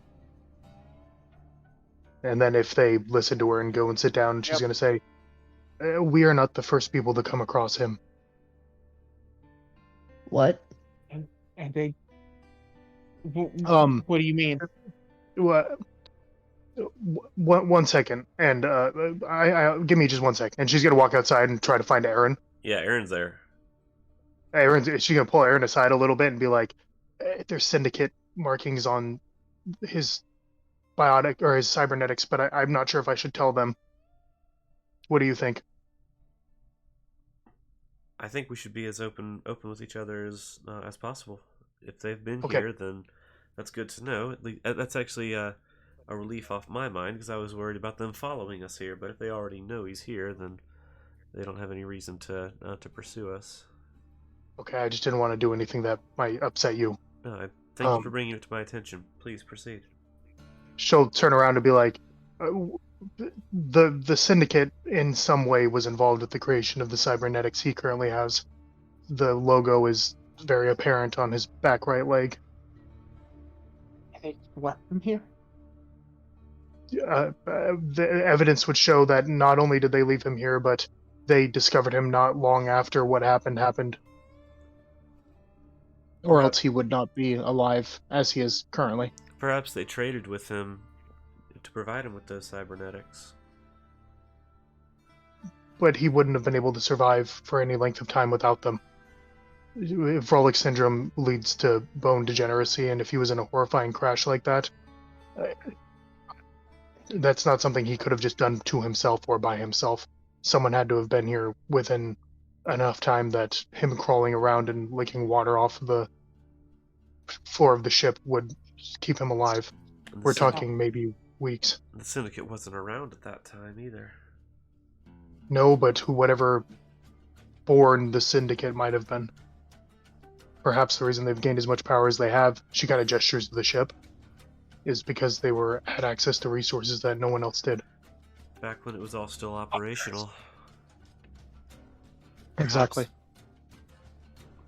Did you find anything else on the ship that could be salvaged? I might be able to salvage the stealth drive, and we're thinking it's a possibility to salvage a couple of other things. That would be a significant upgrade. Yes, it would. That thing is beautiful. It's still, as far as I can tell, it still would be one of the best stealth drives flying through space as we speak. I agree. Any personnel and resources you need to make that happen, it's yours. All right, well, we need to deal with David before we start tearing his home apart. I agree. Or not David, Jeff, sorry. I think the best thing for him would be for people to keep him company. He hasn't had anybody to talk with for years. What did you find on the scans? He has developed... I don't know what his mental state was before the crash or what he suffered from besides Frolic syndrome, but he has developed many, many, many mental afflictions. Ones that would individually take years and medication, lots of medication to fix or at least suppress, and he has much more than we can really comprehend.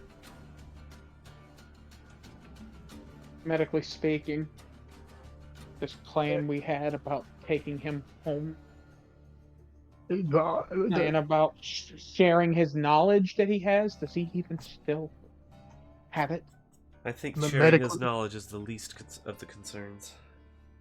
Medically speaking, Aaron's mind might be torn apart by trying to enter his. It is not a familiar vessel.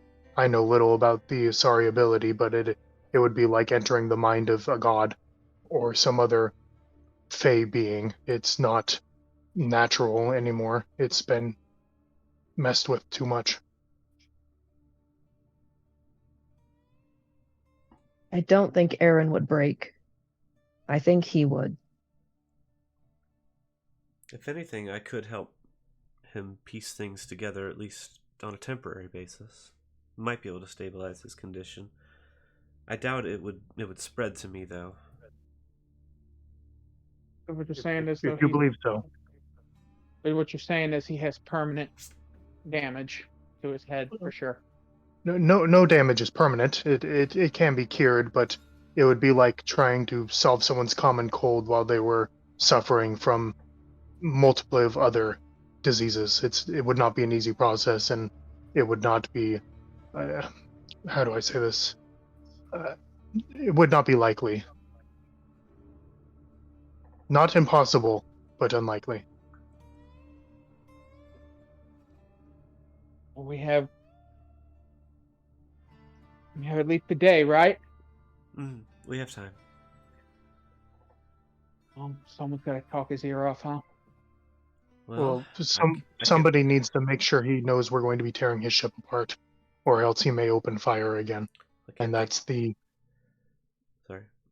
Well, Go ahead. well, he sees. Well, no, he sees you guys as members of the old crew. I think if anybody should talk to him about that, it should be you guys. I'll just talk to him about other things. Give him a different voice to listen to once you guys have set that into motion. She's going to turn to our. Actually, is Kronk there, or is he somewhere else? I mean, for the most part, unless sent away, he tends to. His job tends to be Aryn's bodyguard, so he's usually not too far away from her. Unless you guys told him to leave because it's private, he's probably there. Kronk, what would your opinion be on this? We could attempt to manipulate the man, but you seem to have the most knowledge of true war when it comes to that mental anguish, and I want to make sure that you are okay with that. I don't want to lie about who I am or have Aryn do the same if you think it will be immoral. You want my real answer? Yes, sir. He looks at the two humans in the room, says, "You're not gonna like it." Shocker. I'm not a big fan of everything that's been happening right now, so go ahead, just add on. He spent 20 years by himself, living in a graveyard, hallucinating that the love of his life that died in front of him is still around. His brain is damaged. Not just his psyche, the physical meat. He's not coming back. The real mercy here is to make him stop living it. When you say make him stop living it, are you implying the idea of make him stop living? Just for clarity's sake. Ray's gonna nonchalantly, but kind of like she's just trying to be involved in the conversation, step between the two. There's no aggression. Her voice is basically emotionally dead. And that's why Ray is the most scared. I said that you wouldn't like the answer, but the truth is, you're not fixing him. All you're doing, the best you can do is move his nightmare from one planet to another. He's going to spend the rest of his life like this.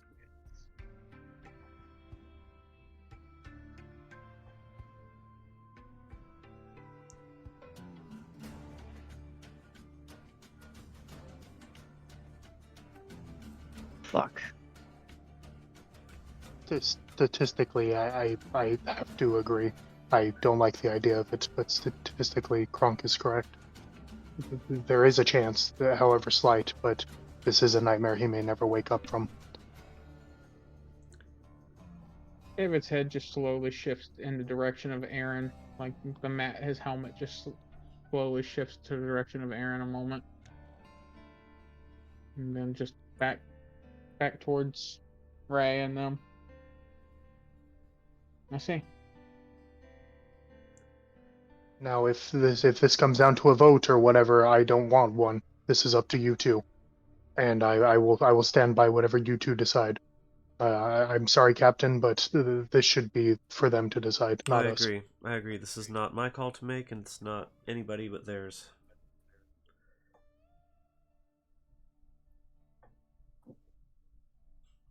I'm still willing to try that meld, but it could make things worse. No, I'm not going to say anything. I think you guys should probably go ahead and start thinking about telling him about what's going to happen in the next 24 hours or so. And I'll keep him in the informed. meantime, Yeah, I'm gonna keep him company. Go ahead. That's probably the best thing we can do for him right now. I'll inform him about the prospective salvage operation.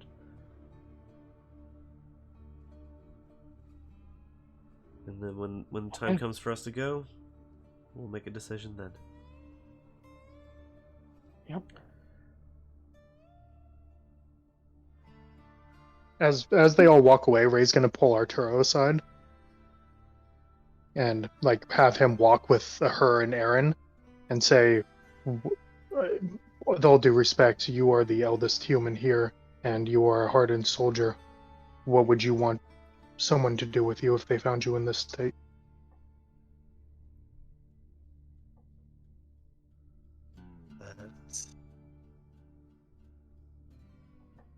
That is a very difficult question to answer. It's different for every person.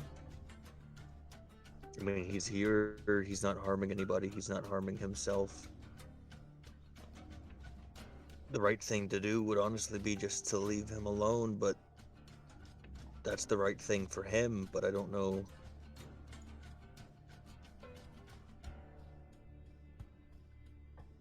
I don't know.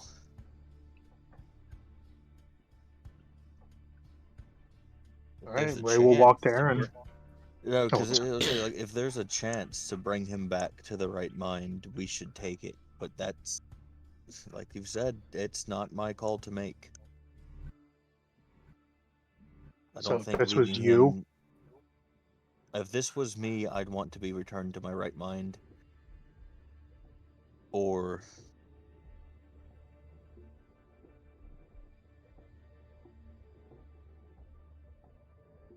I don't know. Ray's been I doing would want some nonstop the kind of. hand thing where she's rubbing her hands together because she's nervous. I would personally want some kind of closure for my family at the very least. Barring that, the lack of any existing family, I would simply want to either be left alone or put out of my misery, depending on the severity of it all. If it's not bad, if it's a life that is lived, then simply left alone would be the option.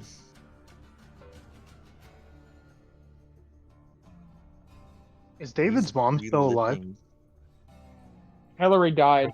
Canonically, She did Hillary's die? dead. Okay. Yeah, Is David it the was. only He family has a left? grandfather. He Heir has to a the Moreau grandfather, family fortune. So he's the only one. He's the only Moreau left. pretty much. Not Okay. anymore. Not anymore. Okay, go ahead, Arturo. Sorry. No, you're good. Like I said, that's a complicated question. PTSD is a very touchy subject. He is reliving his nightmare on a daily basis. I wouldn't want to be left in that situation. I don't know anybody who would want to be left reliving a constant nightmare. Constantly paranoid about a threat that no longer exists.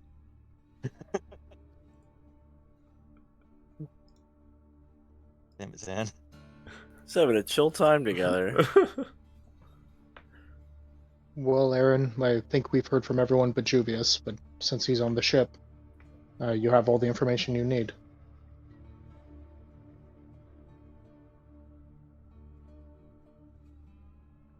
You're better at the whole convincing people of things part of this, so It's David's decision on what we do to actually get him out of it. I'll talk with him with Jeff about the salvage though. Get that. yeah, going. that's what I was talking about. Gotcha. Okay. Yeah, Aryn will go to Jeff and Joker was lieutenant, right? Pretty Lieutenant sure. Jeff Moreau. Yeah. Yep, Lieutenant. Lieutenant Yeah, General. Lieutenant. Okay. I'm just debating on whether to call him lieutenant or not. So, no, she'll say yeah. So, Jeff. Oh yeah. Hey, what's going on? You said your flying days are behind you.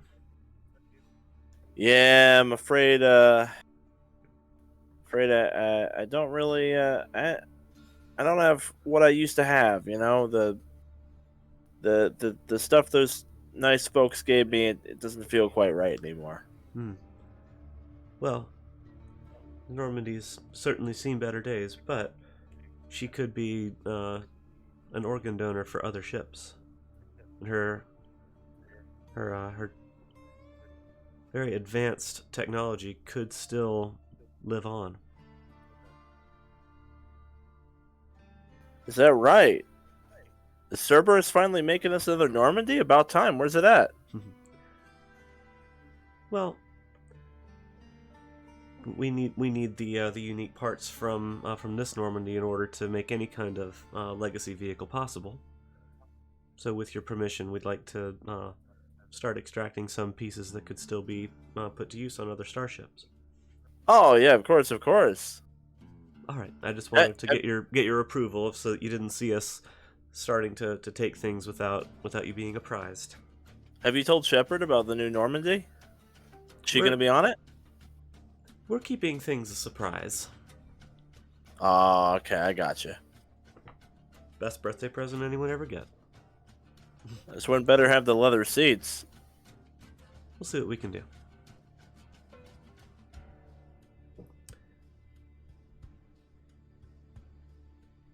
And next, I'll say, all right. Well, thank you very much. Just wanted to run that by you. She is your ship, after all. And I'll go find Ray and say you've got approval to salvage anything that can be put to use. All right, Ray's gonna tell Aryn what she thinks she's gonna need, like how much crew and what tools and stuff from the ship before she goes and requisitions them. Oh yeah, anything you need, it's all yours. Yeah, that's so yeah. Even though Aryn gave him permission, Yeah. she still wants to go through her. that request is going to amount to basically all hands on deck. Yeah. This is the kind of operation that normally would be done in a dry dock with like 40 people and very sophisticated tools, and you're going to do it with like 5 people in a field with sheep. Even So if it's going to take a while. It's going to be very hard. Yeah, even if it's just a matter of getting the critical components removed and Yeah. put on board for installation later. Yeah, you're not gonna. yeah. There's no way you can install it here. Like, you're gonna get the stuff. Even just getting the stuff out of there is gonna take all day, Yeah. and then it's just gonna be like sitting in the cargo bay because there's no way you could install it like in a field. On Yeah, the downside, it's going to take forever. On the upside, fresh food. And I'll have Juvius monitoring the sensors like constantly on the off chance that the Syndicate just missed that the stealth drive was here. And if they come calling, we want to be notified well in advance. Yeah, he's gonna keep an eye on it. And while that's happening, Jeff goes up to you and says, "So it's about time they're making us a new ship." Does he come up to me? Aryn. Oh, But, he's going to Okay. Aryn. Oh, okay. Well, Aaron's the one who talked to. Aaron's the one who's been Mhm. engaging him. Yeah. I don't know where Lucille is. She's been kind of hanging back and is kind of at David's shoulder at this point. Okay, so in that Yeah. case, yeah, you know what? Why not? Yeah, he'll go up to Lucille and he'll be like, "Shepard, we got a big surprise." And do I get to find out what that is, or are you going to keep it a secret? It's a little bit of a secret, but it's going to be pretty exciting. You always were one for good surprises. Hey, have you got a minute? Oh yeah, you got plenty of time, all the time in the world.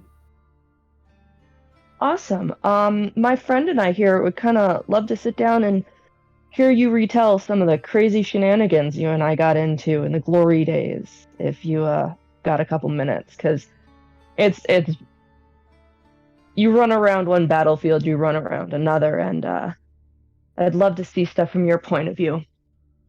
Wouldn't that be nice? She pointedly looks over at David. Yeah, that would. Yeah, I've always been interested in hearing what the greatest pilot in the Alliance Navy had seen. I don't mind regaling you a little bit with my heroics. And he looks at David and goes, David, you have grown up. I haven't seen you in forever. You were a baby last time I saw you. Hey, now, no, he yeah, no, he just stands there for a minute and just slowly looks towards Lucille. And slowly looks. She's shocked. Eyes wide, mouth dropped. Yeah, well, that happens, when you take a 20-year vacation out here. I think, I'm going to be careful though, Unc. I think I might have beaten your high score behind the wheel. Oh, yeah, what are you talking about? As he starts to sit down, suddenly you hear kind of an electrical sound, and he shrieks out in pain and drops to one knee, like clutching his leg. Okay. Oof. Yep, nope. Ray already right down there. Ray! It's okay, Ray it's okay. That just happens. It's fine now. Ray comes sliding into the room. The nice fellows passed me up, but I ain't seen him in a really long time, and I'm not exactly qualified to do maintenance on this stuff. Starting to seem The like they helmet. forgot about him. Helmet's coming off now. He's taking the helmet off again now. And he just looks at him and just goes, "Did you guys trade for the cybernetics? Like how? You know it's me, so you know it's me. You believe that it's me." What, David? Yeah, of course. Yes. Thanks for coming to visit. Well, you didn't exactly right. What are you talking about? I sent you plenty of messages. He pulls over like a laptop screen, no. and the screen is like dark and it's cracked. I message you all the time. Everybody back home. Oh, Ray's gonna approach slowly and ask Lucille and David quietly, "Is it okay if I try to repair that suit of his?" I'll ask Yeah, him. I just want to ask you two first. Hey, Unc, my friend here, uh, she might be able to help ease the guilt that suit over yours gives you. She's pretty good with that stuff. Oh, well. Alright then.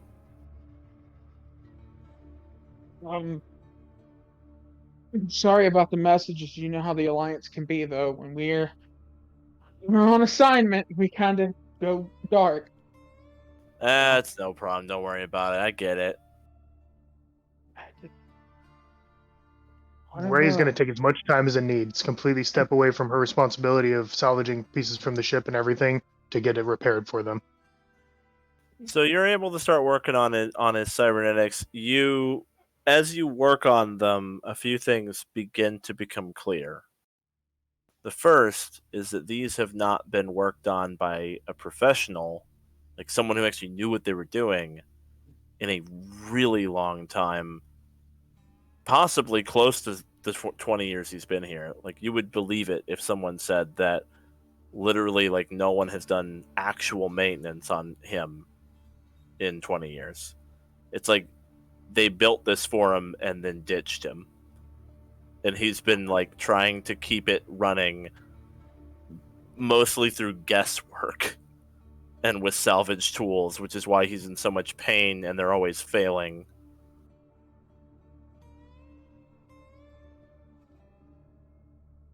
The other thing you find is a bomb. What? You find an explosive device in the back of his right thigh. It looks like it's something that can be triggered remotely. It's just as old as the rest of it. Like, it's been there for like the 2 decades. It might not even work anymore, but it's kind of hard for you to be sure. I have demolitions expert just in case you need somebody to come take a look at that. Aryn, if you wouldn't mind coming down to medical and having a word with me. On my way. Aaron also has demolitions expert. Yeah, we both got demolitions kits. I also have a What? demolition kit, so Okay. What's going on, Ray? Yeah. What's up? I would just recommend. And she kind of looks at Jeff and then looks at the other two. I would, Jeff, you stay here. We have to go talk about your cool upgrades I'm gonna get you for your legs, and I'm gonna like pull 4 of them aside. I'll be back on. He's give me a just sec. like, all right. So are we talking like a nuclear bomb, or are we talking like just like a hand grenade? It would kill the hell out of him, and anybody like standing right next to him would probably die, and anyone in the room would get like thrown into the walls and like break limbs. It Okay. probably Kill like the the hell explosion would out of not like him. it wouldn't like leave the room. Yeah. No, it's like a grenade. Like he would be super dead. But it wouldn't really like do more than like about a room's worth of damage. So while I was doing my search, it appears that no one's done any real maintenance on that rig for possibly 20 years. Okay. But more importantly, in his back left thigh, there is a bomb. A what? A bomb, an explosive device. It would kill him and probably kill some of us and maim the rest. They rig him up as a walking booby trap. I have a theory. Maybe they thought that the Alliance would send someone to get him sooner, and they were trying to do something about it. Maybe they thought Shepard possibly survived. I don't know. With as long as this was installed ago, FTL shouldn't even have been possible. So I don't know what their plan would have been. So, that entire explanation, despite his face staying as that calm, angry, similar to how some biotics are, because if you have a lot of emotional strain, like your biotics flare up, there is a massive biotic flare up, like reverberating right now. David, take a step outside. Quick. Okay. Yeah. You know what? Yep. Yep. When I was Go punch a examining tree it, or something. what did I think the chances were of being able to successfully remove it without setting it off?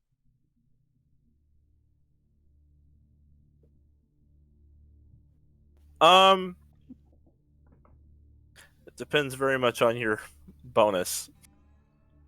Well, what skill would you make me use? Let's see here. We do have demolitions kits. Yeah. Apparently 3 of them. That use a Yeah, skill. we've got 3 people with demolitions kits. It's a tool Yeah. kit. It's a tool proficiency. Yeah, tool proficiency. It would be a demolition tool proficiency check. It would be a DC. You don't think the DC would be like insurmountable, but the chance of failure is there, and if you fail badly enough, you could set it off. All right, Ray, if you can diagram this out as best you can, we can get the procedure planned out, and we can make sure that it's not going to fail. Okay. While I do the other repairs, I'll diagram it. Good. And she'll put on a smile for pretty much no reason because he can't see her, but she'll put on a smile and then walk back over to him. So Keep repairing. I what you rolled can. my planning dice for today just a few rolls ago.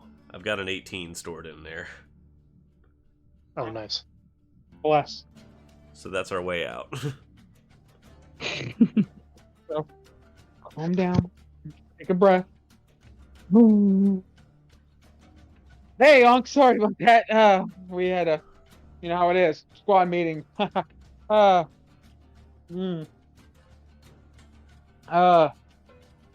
What'd they do to? Would you trade? Did they trade you for those cybernetics? Just remember you were at least 100 pounds lighter. Oh, what are you talking about?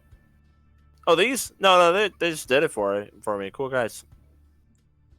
Did they take anything from here? You know of? Well, I gotta be honest with you. I'm actually having a lot of trouble remembering exactly how things went down. I remember a very friendly gentleman with some of his friends, and his face contorts in horror, and then, like, visibly suddenly gets calm again. No, I don't remember anything.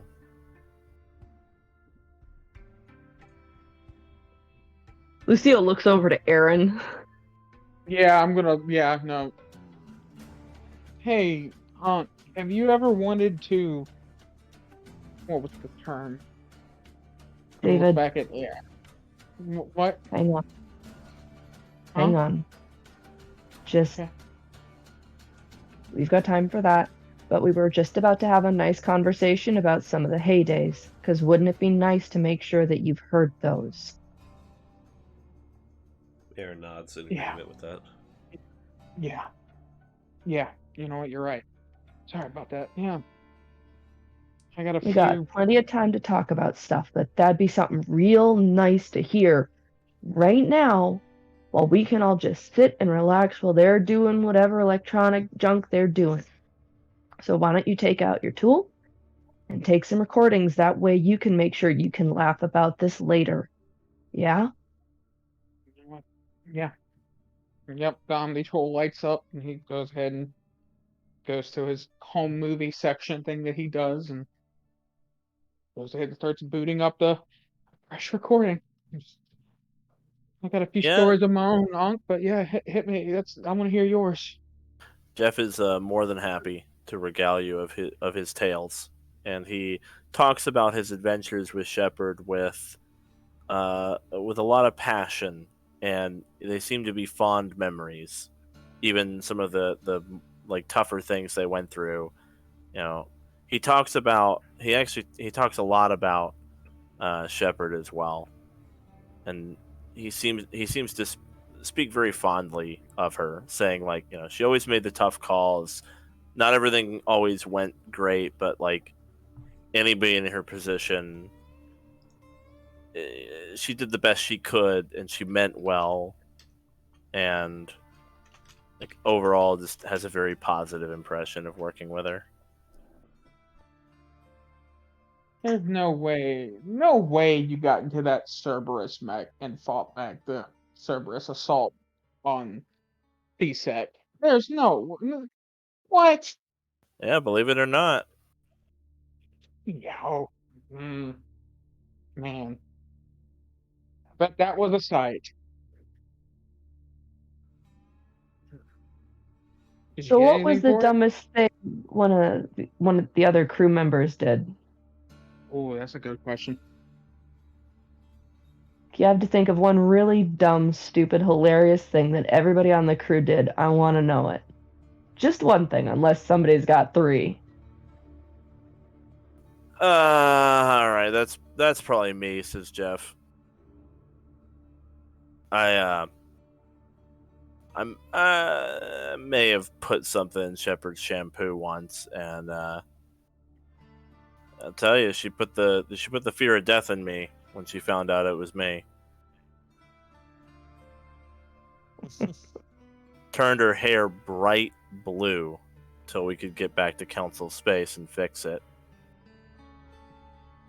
Next to Lucille, she's gonna see David like pop open a side window in the Omni tool and write down a little note real quick and just save.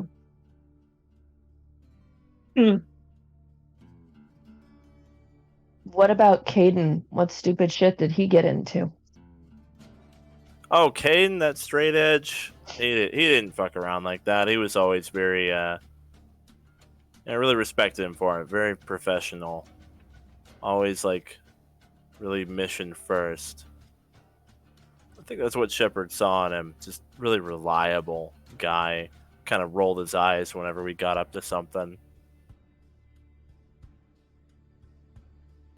So he never screwed up once, huh? Well, at the end of the day, he was always there for her. even when the galaxy wasn't, council wasn't.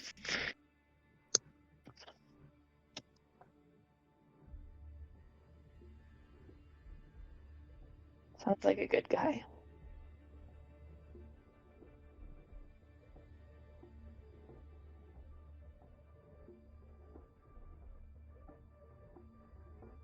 All right, favorite planet. Wait a minute. That's not cool.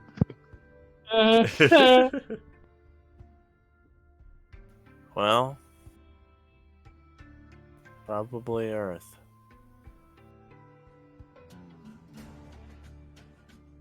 Please don't say it's because they have Joe's Cavern and make really good baked beans there.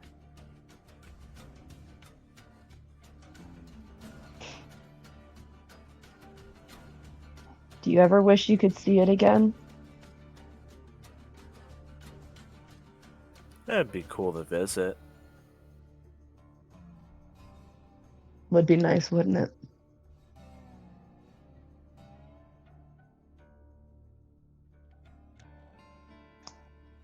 I will leave you two boys at it. Jeff, you make sure you don't let this one get a word in edgewise, or else he'll take up all the oxygen. David, you make sure you listen. And she stands up and walks out.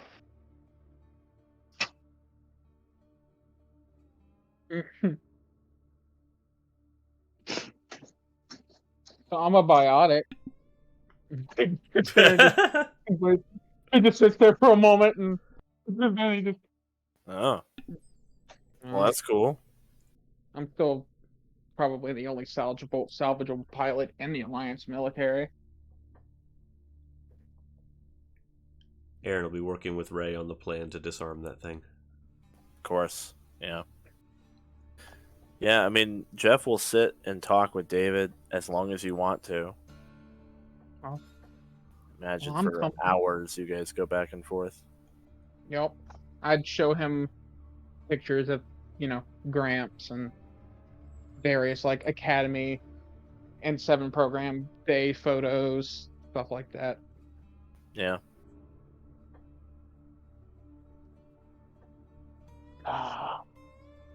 Lucille's headed back outside. The change in my choice that I wanted to make. Well, damn it.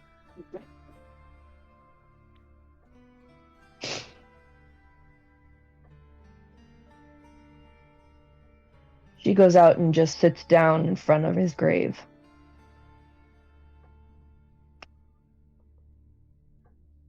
Hey, Uncle. I need your opinion on something. Oh, yeah, no problem. We have a pretty big threat ourselves. I probably shouldn't say it's Reaper level, but it's pretty big. And I don't know how we're gonna. I'm gonna be honest. I don't know how we're gonna be able to handle it based on our first impressions. But I guess what I'm looking for is what did you do to get through it all? What was it that drove you? What was it that gave you that push? Honestly? Shepard.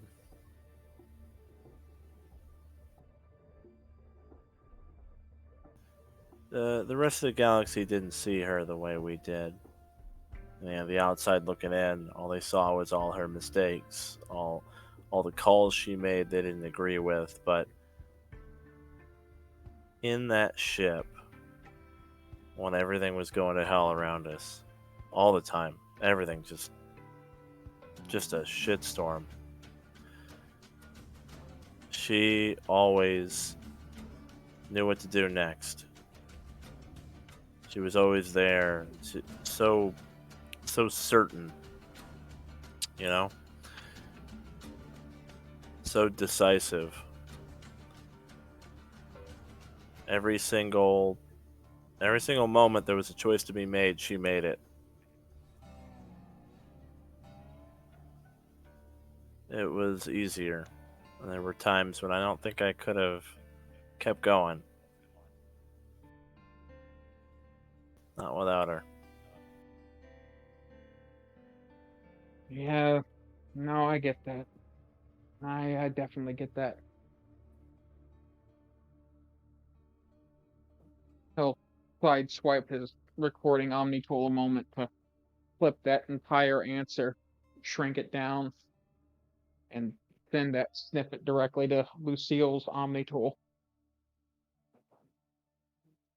Oh, okay. Yeah, Yep. so Lucille, you're going to receive that. Oh, great. Like, she doesn't need any additional emotional trauma. She's going to listen to that sitting... Oh, man! Because you know she will, too. She's going to listen to it sitting in front of Caden's grave, yeah. Yeah. Misery loves company, mother. Oh no. Well, luckily nobody's outside, so I don't gotta tell y'all shit what she's doing. Ha! This has been an emotional episode. I have no idea what you're talking about. My voice definitely isn't cracking at all. That's just my cough. Look, is it really a TTRPG if we don't have bitch tears at least once? Hey, fuck you. I'm not a bitch. You know. I mean, I'm not crying. I'm not crying, you're crying. My species isn't dying, your species is dying. You know, At my house. Something's been bugging me ever since we bumped into you again. I gotta know. Where's your hat? I hung it outside on Caden's grave.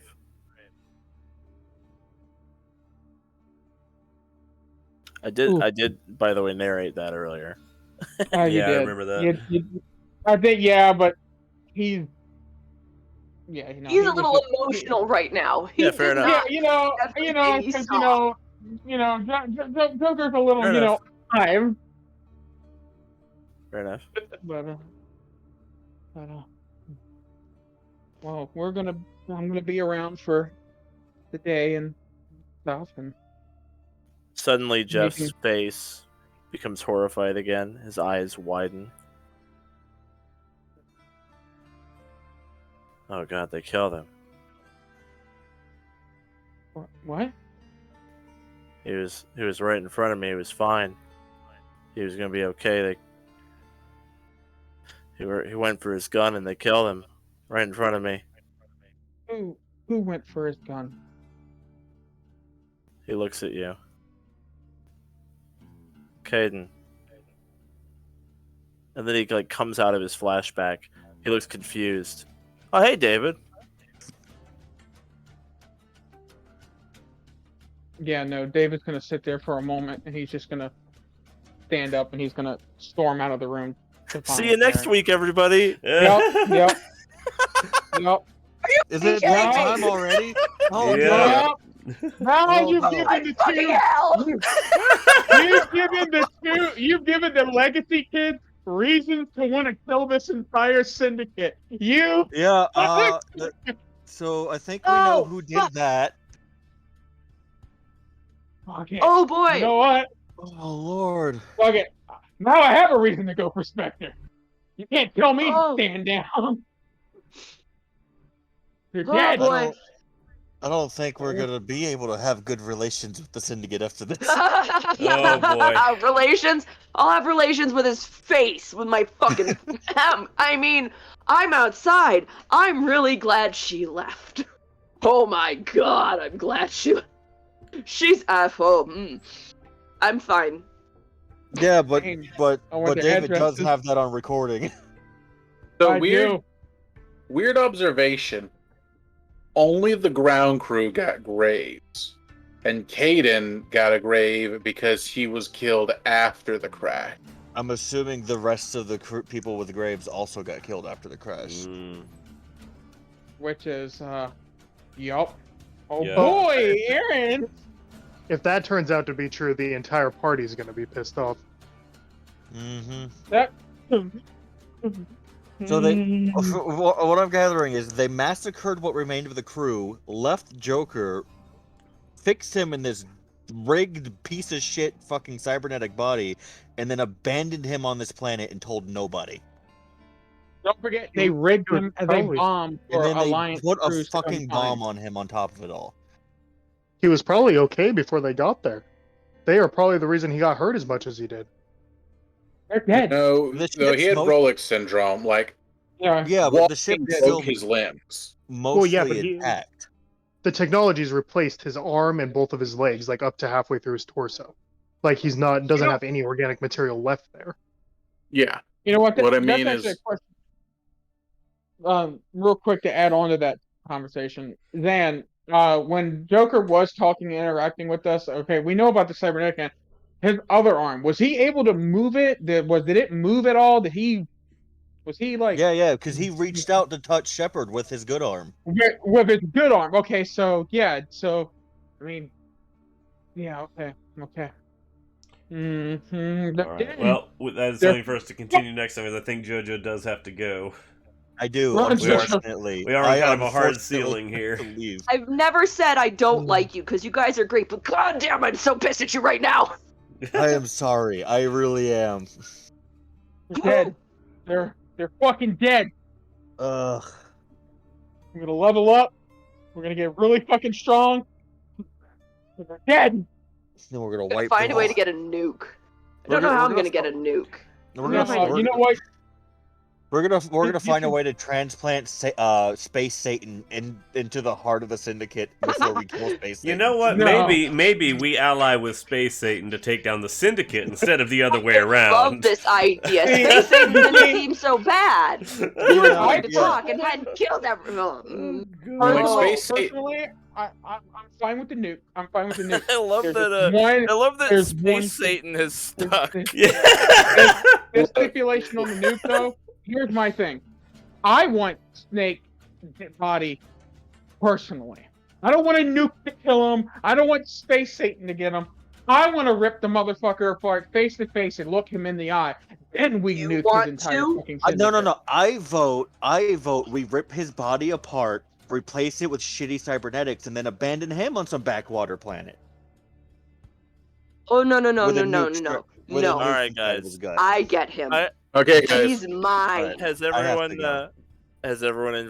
enjoyed Into the Void? You son of a bitch! Oh my God! I think that's I love the exactly. drama, but fuck you, dude. Oh god. As a DM, I can confirm that is the best reaction to get.